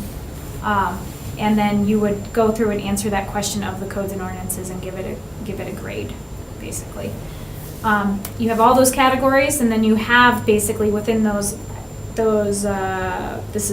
categories, at the end, you have like kind of a report card that basically kind of tells you within what categories you're doing well, or maybe there's room for improvement, or there are really hard barriers for certain types of practices. So you have that information. That whole audit process is pretty technical and in-depth and definitely takes planning expertise to do. But then it really goes back to the goals and the community goals and how green infrastructure fits in there. So there's likely a lot of potential changes, but you would focus your code amendments and ordinance changes on what the community wants and how green infrastructure would help them. How would it help them implement what they want to do more or something like that? So let's see, for example, in Superior, I'm working with Superior, and they have an issue with trying to figure out, how do we go talk to somebody? Is it is it just an overgrown lawn that someone didn't want to mow, or is it a native lawn? so an outcome of the audit was actually creating a natural native lawn ordinance that describes exactly what that actually looks like. So the person going out to talk to that can say, hey, this is what it's supposed to be. So that's just helping craft something that wasn't there to begin with. Like before, she had nothing to go off of, so she can't go up to Joe Schmo and say, hey, mow your grass, basically. So Madison, they have a very big program in Madison about terracing, and we don't have that many terraces here though, right? But it can be an issue if you have neighbors complaining or stuff like that. So there's different ways to handle that. Technical standards, just for these new emerging products and technologies. The Wisconsin DNR actually has a lot of really good technical standards for this kind of stuff, like bioretention. So, pointing to those for good design practices, so we don't lead to people's cars ending up in, I don't know how you present. Required within our stormwater ordinance that they must follow DNR technical standards. Great. So that's what I have. That's a very short version of the audit. I know that's not as probably as much as you would probably want to know about, but for this purpose, I think it was. So. And it's a very, I've been working with several communities. So obviously all the municipalities in Milwaukee, Port Washington was the first community that piloted this. I'm working with the City of Superior. The Bay Lake Regional Planning Commission is a great resource here, and Brown County's not part of them. But they've done this for the City of Sheboygan now, and they're going to try to do one with Manitowoc County. So, and then there's several other communities in the Great Lakes that have in Michigan who have gone through audits too. So. Did you have a question or something? I thought you were trying to get our attention. Oh, no, okay. All right. Thank you. Yep. Never mind. All right, are there questions for Julia? All right, thank you for presenting. So you work with Superior? Yes. I hate those people. Why? They think they're so superior. They're not creepy like those folks in Iowa. Don't worry, they have like a They're pretty major great. complex. They have just a big complex because they have Duluth that's like all pristine and blah, blah, blah, blah. Yeah, they have their own issues. They're not thinking about Green Bay, that's for sure. And they have Team Dale, and they're watching as much sediment come down St. Louis River as we are watching in the Fox, so. That one picture that Julia put up of the lower bay of Green Bay with the big sediment yeah. plume. Yeah. That was after, I believe, a March rain event. 2012. Yeah, that looked And pretty wicked. a lot of that runoff comes down the East River watershed East River. and is primarily a result of agricultural practices. So. However, that's a whole separate topic. That is a whole other talk. I was just using this to illustrate the point of this is an issue just in general. But yeah, normally what's on this slide is, so they've done modeling in our lower watershed area, our basin, the lower Fox watershed. So this was 2012, and 80% of the sediment that comes in the bay, first of all, it's like 24 dump trucks a day on average over the course of a year, like average. That's a lot of sediment. It's America's finest topsoil ending up in a bay with lots of nutrients attached to it. But 80% of that sediment that comes into our bay comes in like an average of like 14 days of the year.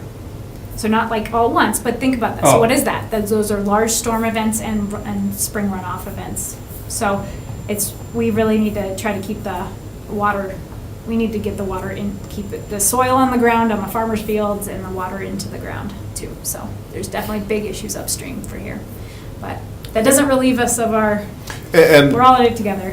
just to expound on that, I mean, again, I mentioned that it was agricultural, a large part of that during a early spring runoff.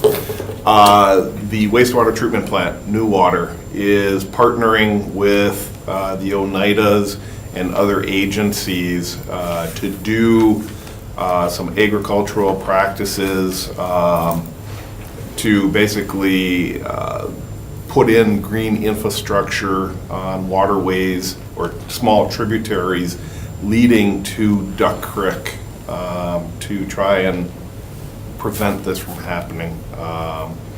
So that again is a form of green infrastructure.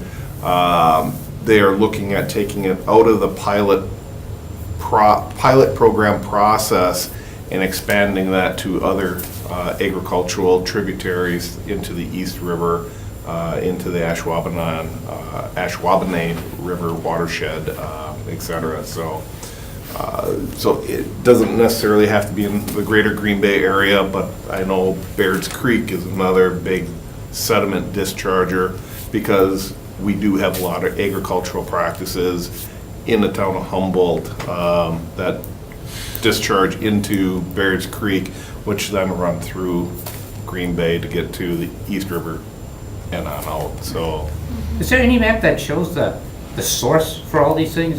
What's the source of the East River? What's the source of Bears Creek? What's the source of Duck Creek? Is there anything do we know? We must know. within the TMDL document, there are basically diagrams of basically the watersheds, and you can kind of pinpoint where the headwaters are, so to speak, and so on and so forth. Would that be online or? Yeah. Yeah.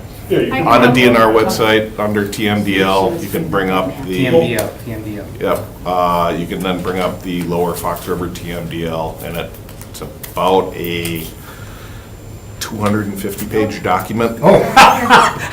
You can't really make me work, aren't you?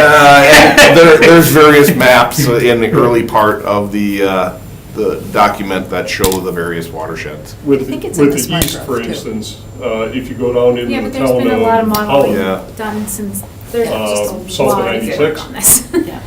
and go up against the Niagara Escarpment down in the town of Holland, between Holland and,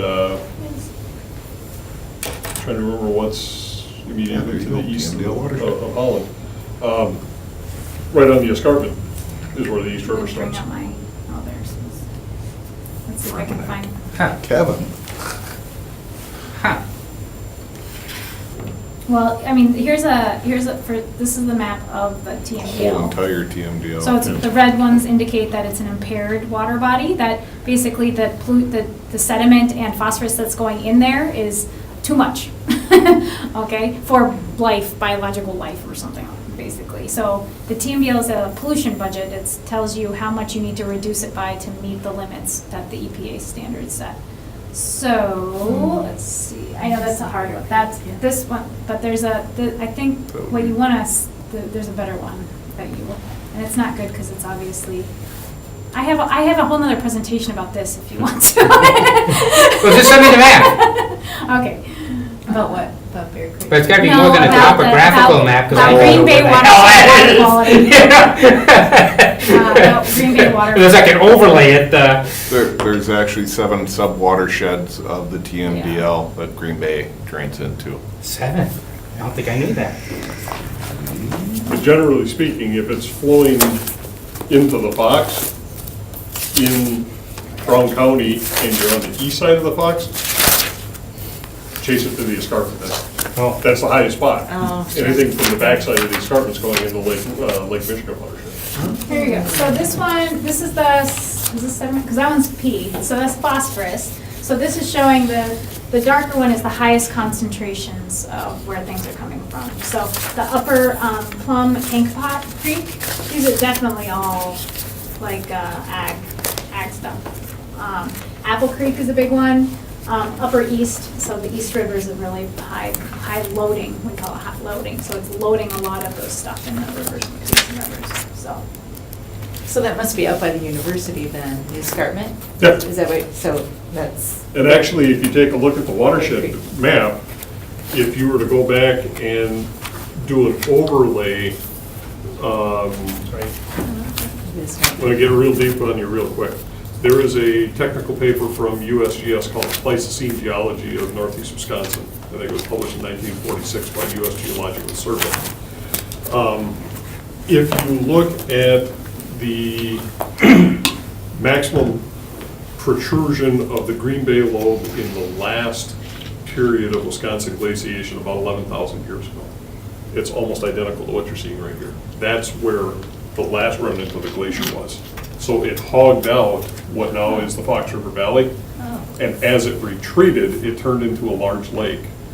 And this is where the sediment settled, so it's still kind of that dish. But it never got, the glacier, the last advance of the glacier wasn't severe enough to get over the top of the escarpment, so it stopped at the escarpment. And this escarpment literally runs along this line, goes right up through Door County, and if you keep following it, you come out in Buffalo, New York.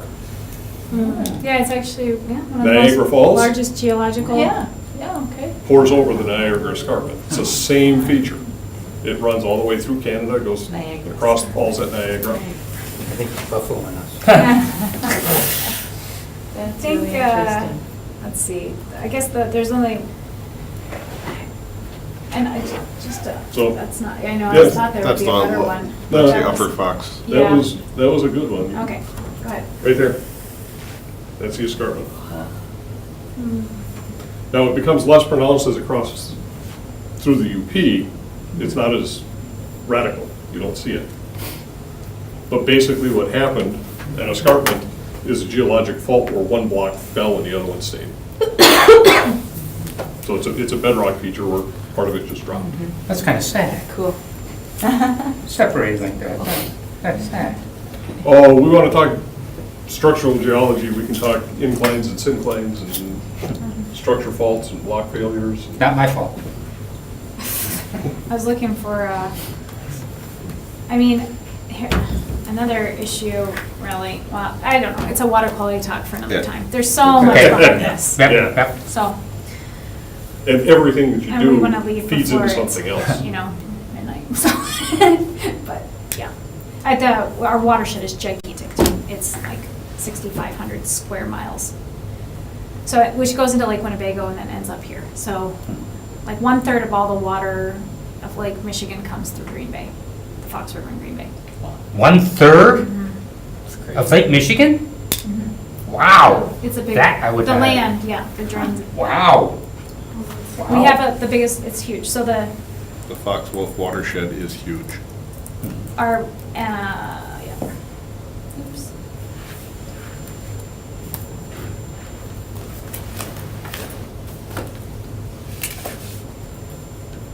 This is a great nonprofit. Great logo. I'll just show their logo, I guess, because you can see the watershed behind it.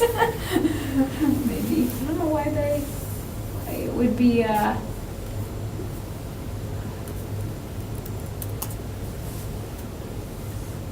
we go.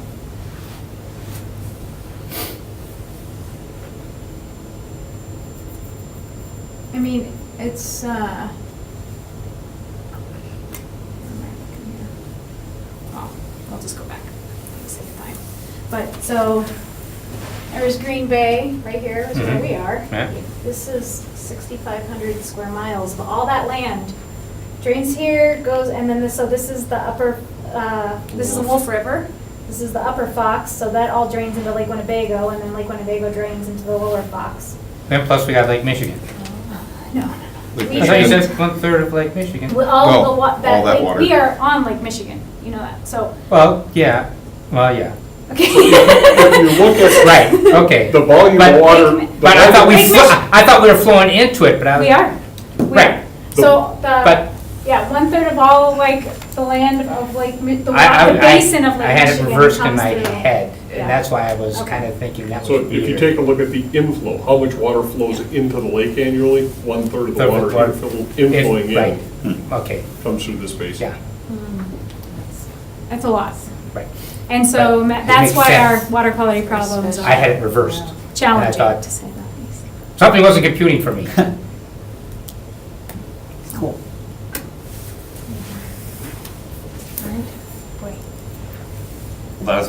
informative discussion and presentation. Thank you for that. Cool, well, we can move on then to regular business. Item, Shut me down? I don't know what I did. I accidentally closed. No. Oh, I'll be back. Keep going. Go ahead. if this table had green infrastructure, we wouldn't have to worry about that. permeable. Tabletop. Out of sight, out of mind. Just put it down. Put it on the agenda. All right, so the next part of the regular business here, the urban non-point source and stormwater management. So that grant program, and correct me if I'm wrong here, is a grant to help the city of Green Bay get a third party to come in and do that audit to figure out what we're doing and what we're not doing. Yeah, to back up a little bit, have you ever applied for the grant? No, So I heard. well, I shouldn't say that. I believe that is the grant that It's a Park planning and Rec, grant. well, I think it's planning I thought that was and you mean for the baby? for the baby. I thought that was a EPA 319 grant, so. I don't think that would have paid for that parking lot, that's what I'm saying. This is a DNR stormwater planning grant. So I think it's, For all of our studies that we have done, we have never applied for a grant. so a few years ago, heard this was an underutilized grant. So this is the one, I applied, I helped City of Superior to apply for it. And so within the grant, it was for the audit, but it was also, they put in money to update their stormwater ordinance. Our ordinance is up to date as of So- 2 years ago. So you wouldn't need that, though. Correct. I guess the audit is very fundable, if that's something the city and other, like the planning, whatever, whoever, it depends who in the community wants to do it. It's not always just the public works, so who wants to kind of do it. Because it could be the planning department that would want to do it or apply. But I guess it's a DNR stormwater grant, so that's gonna be just public works anyway. So it's just I brought it up to him as an opportunity to basically be able to get funds to do the audit, because a lot of communities don't have the staff to do it. And I guess my point is that if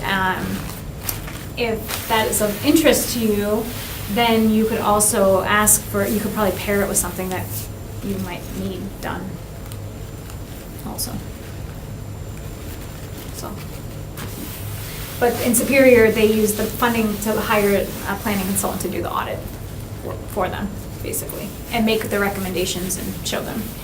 So, sit down and learn about all the things their community's doing, and then actually, the audit's pretty technical. So, City of Oshkosh feels like they have like the staff capacity to do that kind of stuff, so they've been working through it. And they like say, every community's so different, right? Port Washington, no way. So we worked with them to help them do it. The City of Oshkosh, they have a UW sustainability group, a class that went and helped them, worked with the city to do it, but when we met with them originally, what was interesting about them is they said, oh, they just had recodified, but they said they just update ordinances as needed, so it wasn't an issue. But they felt with it, between the planning and public works, they had the capacity to work on things if they wanted to do that. So it just depends. It's just like, if this is something that the city wants to move forward on, this is just one grant opportunity to do it. There's other grant opportunities to do too. So it's not just put on your shoulders. Yeah, I think what we would like to do, tonight is just to put this in front of you and give you some time to look at it, and then if it's something that you'd like So to the move intent forward would on. be to use this grant for the audit that you're talking about here? Okay. We have another question from. The application deadline's in April, and then it took them like 8 months. So it really, you don't even find out. Like, it wouldn't even start till 2020. Yep. Mhm.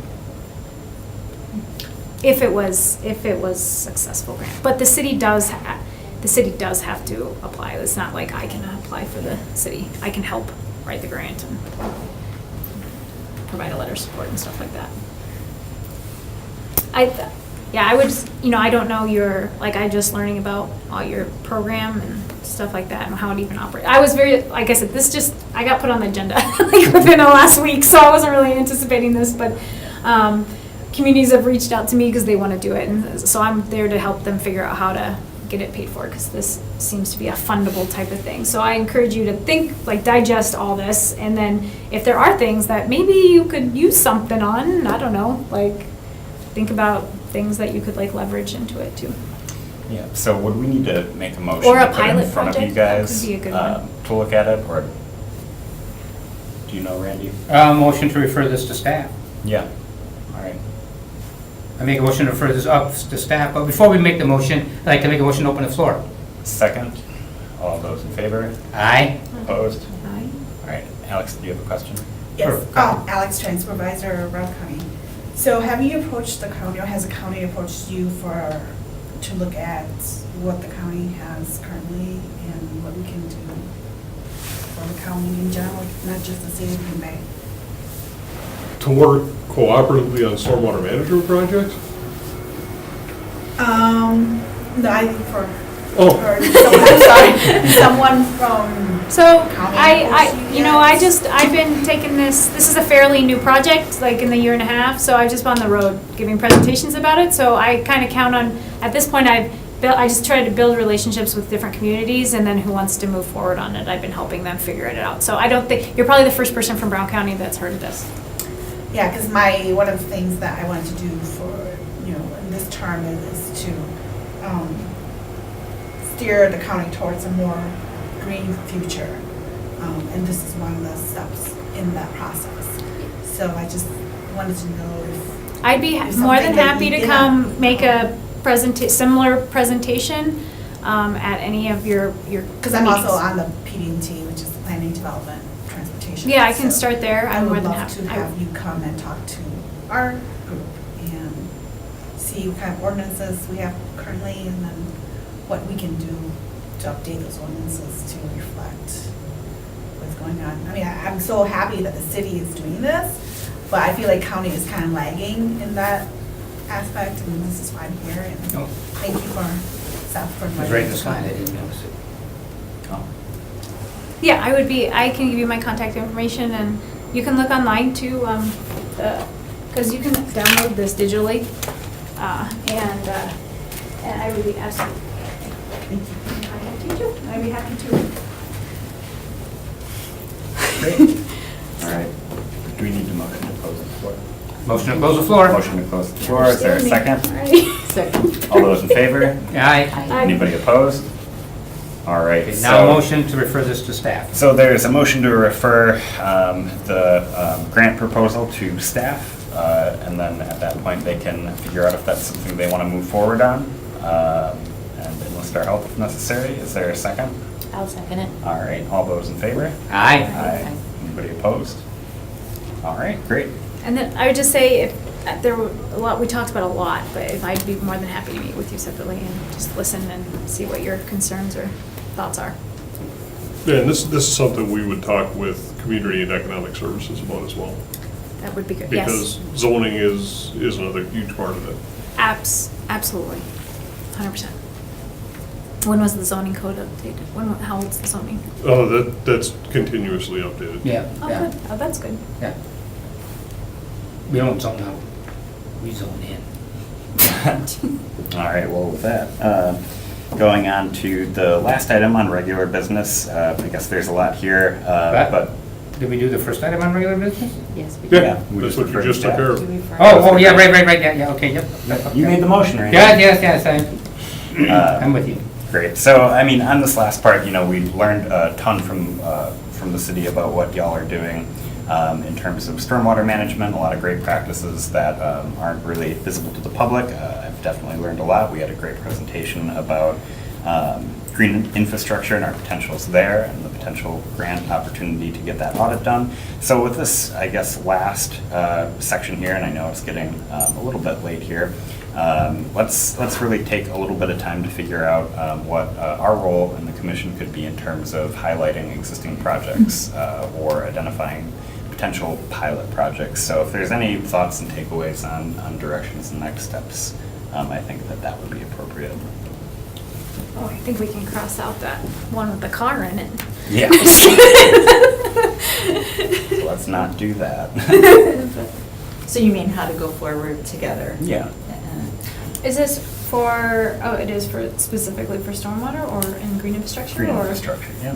Any of what we've digested tonight, how we should proceed moving forward. And maybe that's just waiting to hear back whether they want to pursue the grant and assisting there, or... Right, I think that, and also, I mean, we're here to, as I see it, help the departments. Mhm. So if they have ideas that they think they should be coming to us where we can help them, that's where some of the direction, you know, it's not so much us going to them unless we, get some information or something, then we can find out where they're at with it, if they're familiar with it, if they're using it or whatever. But if not, I think we're here for you guys. Absolutely. Within our stormwater management ordinance, within our subdivision ordinance, we allow low-impact design, which is basically smaller property footprints with ideally a wet pond or a natural area to preserve natural landscaping features. We had a development go that route in 2006. A developer from the Milwaukee area came up in this area, had it all designed, planned out, ran into some legal issues. The property then got put into, was basically reclaimed by the bank, and other parties purchased it, and it went back more or less as a traditional subdivision. Was that the housing bubble? It actually predated the It predated the housing. That would have done it though. Other developers in the area were scoffing at this project because they were saying the market in the greater Green Bay area doesn't support low-impact green infrastructure type design. That sounded like a mass majority, so one area that may be out there is educating developers, builders on low-impact ideas or concepts and showing that it can be economical, that you can get the same amount of lots plus putting in these natural amenities that are beneficial to the environment ultimately. So it's actually an educational component. Do you have, like, within the stormwater ordinance or anything you know of, do you have incentives for them? That, No. like, landscaping, I don't know, points, and I'm a little out of my element here, but, No. or anything, so, okay. Tax breaks. Within the stormwater ordinance, if a property owner does a stormwater management feature, they can request a reduction in their stormwater fees up to 10%. But, yeah, as a resident, that's, Basically, it's a and you have to, resident you get like an or- engineer to certify it. Correct. So, are you gonna get engineered to certify your rain garden? So you can get a 10% stormwater reduction? An engineer? I'm just My saying. neighbor across the street used to drive the train, so yeah. So It's it's too bad you don't know any engineers. I mean, Do you have a train? So there, I mean, if you're along the bay or along the Fox River, the incentive is greater, that you can get upwards to a 2/3 reduction. do you have any idea how much that would be for a typical house? Typical house has about 3,000 square feet of imperviousness. Our current rate is just under $95 a year, so 10% is $10. So, Doesn't it, like, would it be possible, could you see in the future that there could be a relationship like that, sort of as green infrastructure saves the city money, people doing things like this, or, residential is one thing, but, big parking lots or, what do you call it? not residential, but the other. Commercial. Commercial. Commercial, doing things like this, maybe the city could give them a tax break. I mean, do you see a possibility of that in the future where people could work together to maybe get this thing going forward? Some of our water quantity and quality projects that I mentioned on a large basis are trying to work with commercial entities on putting in some, well, primarily underground detention.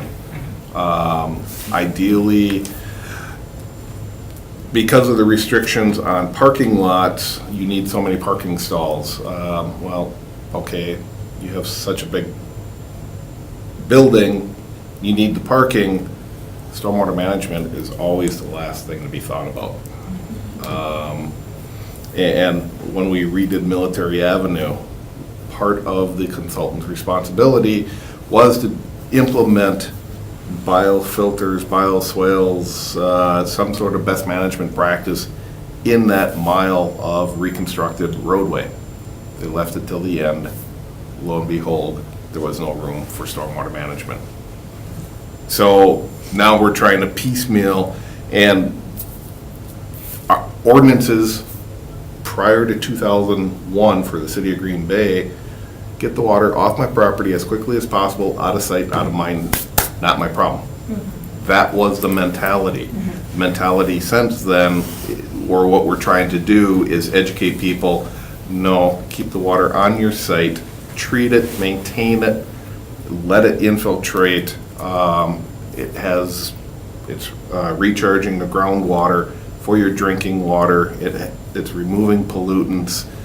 So we ultimately end up with a better fishable, swimmable, drinkable, usable watershed.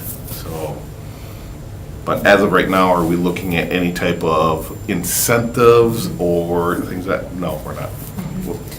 We can't afford it. Question though more for the council. Well, And Right. when it comes to policy and incentives, I mean, I hate to be the wet blanket, but that's inherent in my job description. What we have found is basic human nature. Incentivizing something tends to tip the balance for the person who is already so inclined to do it, but for the person who's not so inclined to do it, if profit margin is the driving factor, incentivizing is not going to increase their profit, so they're less likely to do it. So when you look at carrot and stick, if you offer them the carrot, those who are already inclined to do that will probably take that carrot. Those who weren't, you better be ready to hit them with the stick. Stick, yeah. Which, But I don't want to forget this idea that absolutely. it does save the city money to do these things. When they're looking at short, because the problem is more often than not, your developer isn't necessarily your occupier. Right. So your developer, even on a commercial endeavor, the business will hire a developer to design and build that facility for them, and their basis for doing that is to get the building at their lowest possible cost Yes. to drive their profit margin. Yeah. So with that in mind, if the incentive isn't going to save them money or is going to cost them extra, even though it's a good long-term decision, long-term doesn't pay it by the quarter when they have to pay dividends on their stakeholders. and there's definitely, I mean, way beyond my pay grade and stuff, and that's more in the realm of, I think, policymakers, and finding creative ways and things to do, incentivize and the stick also to figure out that. And it totally depends on the community, in my opinion. I don't, there is there's one municipality in Milwaukee that's using their TIF. They're, put green infrastructure as part of their TIF policy. So that's unique to that, so that's one type of policy and incentive to create that, but obviously that doesn't fit everywhere or whatever, but I'm just saying, I think at that point they're the doers, the implementers, and there has to be other people helping Right. try to figure out. We need to talk to economic development and others, yep. And you can put some stuff in the codes, and it also just depends on how they're implemented too. So. not really sure what to do with this as an action item. Possible action. Yeah, possible action. I think the results of the discussion suggest that well, we've learned a lot tonight, and there's a lot more conversations to be had on an ongoing basis. I think that we'd like to make ourselves available to highlight any good work that y'all are doing, and particularly if there's, I mean, you mentioned the green infrastructure on North Webster going forward. It'd be really great to highlight future green infrastructure as examples for what residents and folks in the private sector can do. So I think that rather than this being an end with action, this is just a beginning of us helping to be a resource for you all. So thank you both for coming here tonight. Thank you, Julia, for the presentation. And I guess, would we need to make a motion to do anything, or can we just let this sit with discussion? Receive and place on file. Yeah, receive and place on file. Yeah, and if a actionable we can take it item up. comes up, you could simply have a new action item Right. as Yep. agenda. So receive and place on file. Thank you for coming. Yeah. Yeah. Is there a second? I'll second it. So moved. Those in favor? All those in favor, say aye. Aye. Opposed? All right, and that brings us to Motion to adjourn. I'll second. acclamation. As far as what we do. So it moved. really doesn't- All those in favor? Aye. All right, we are adjourned. Which is run through Brown County Public Works. And their Okay, so I stuff have to ask, how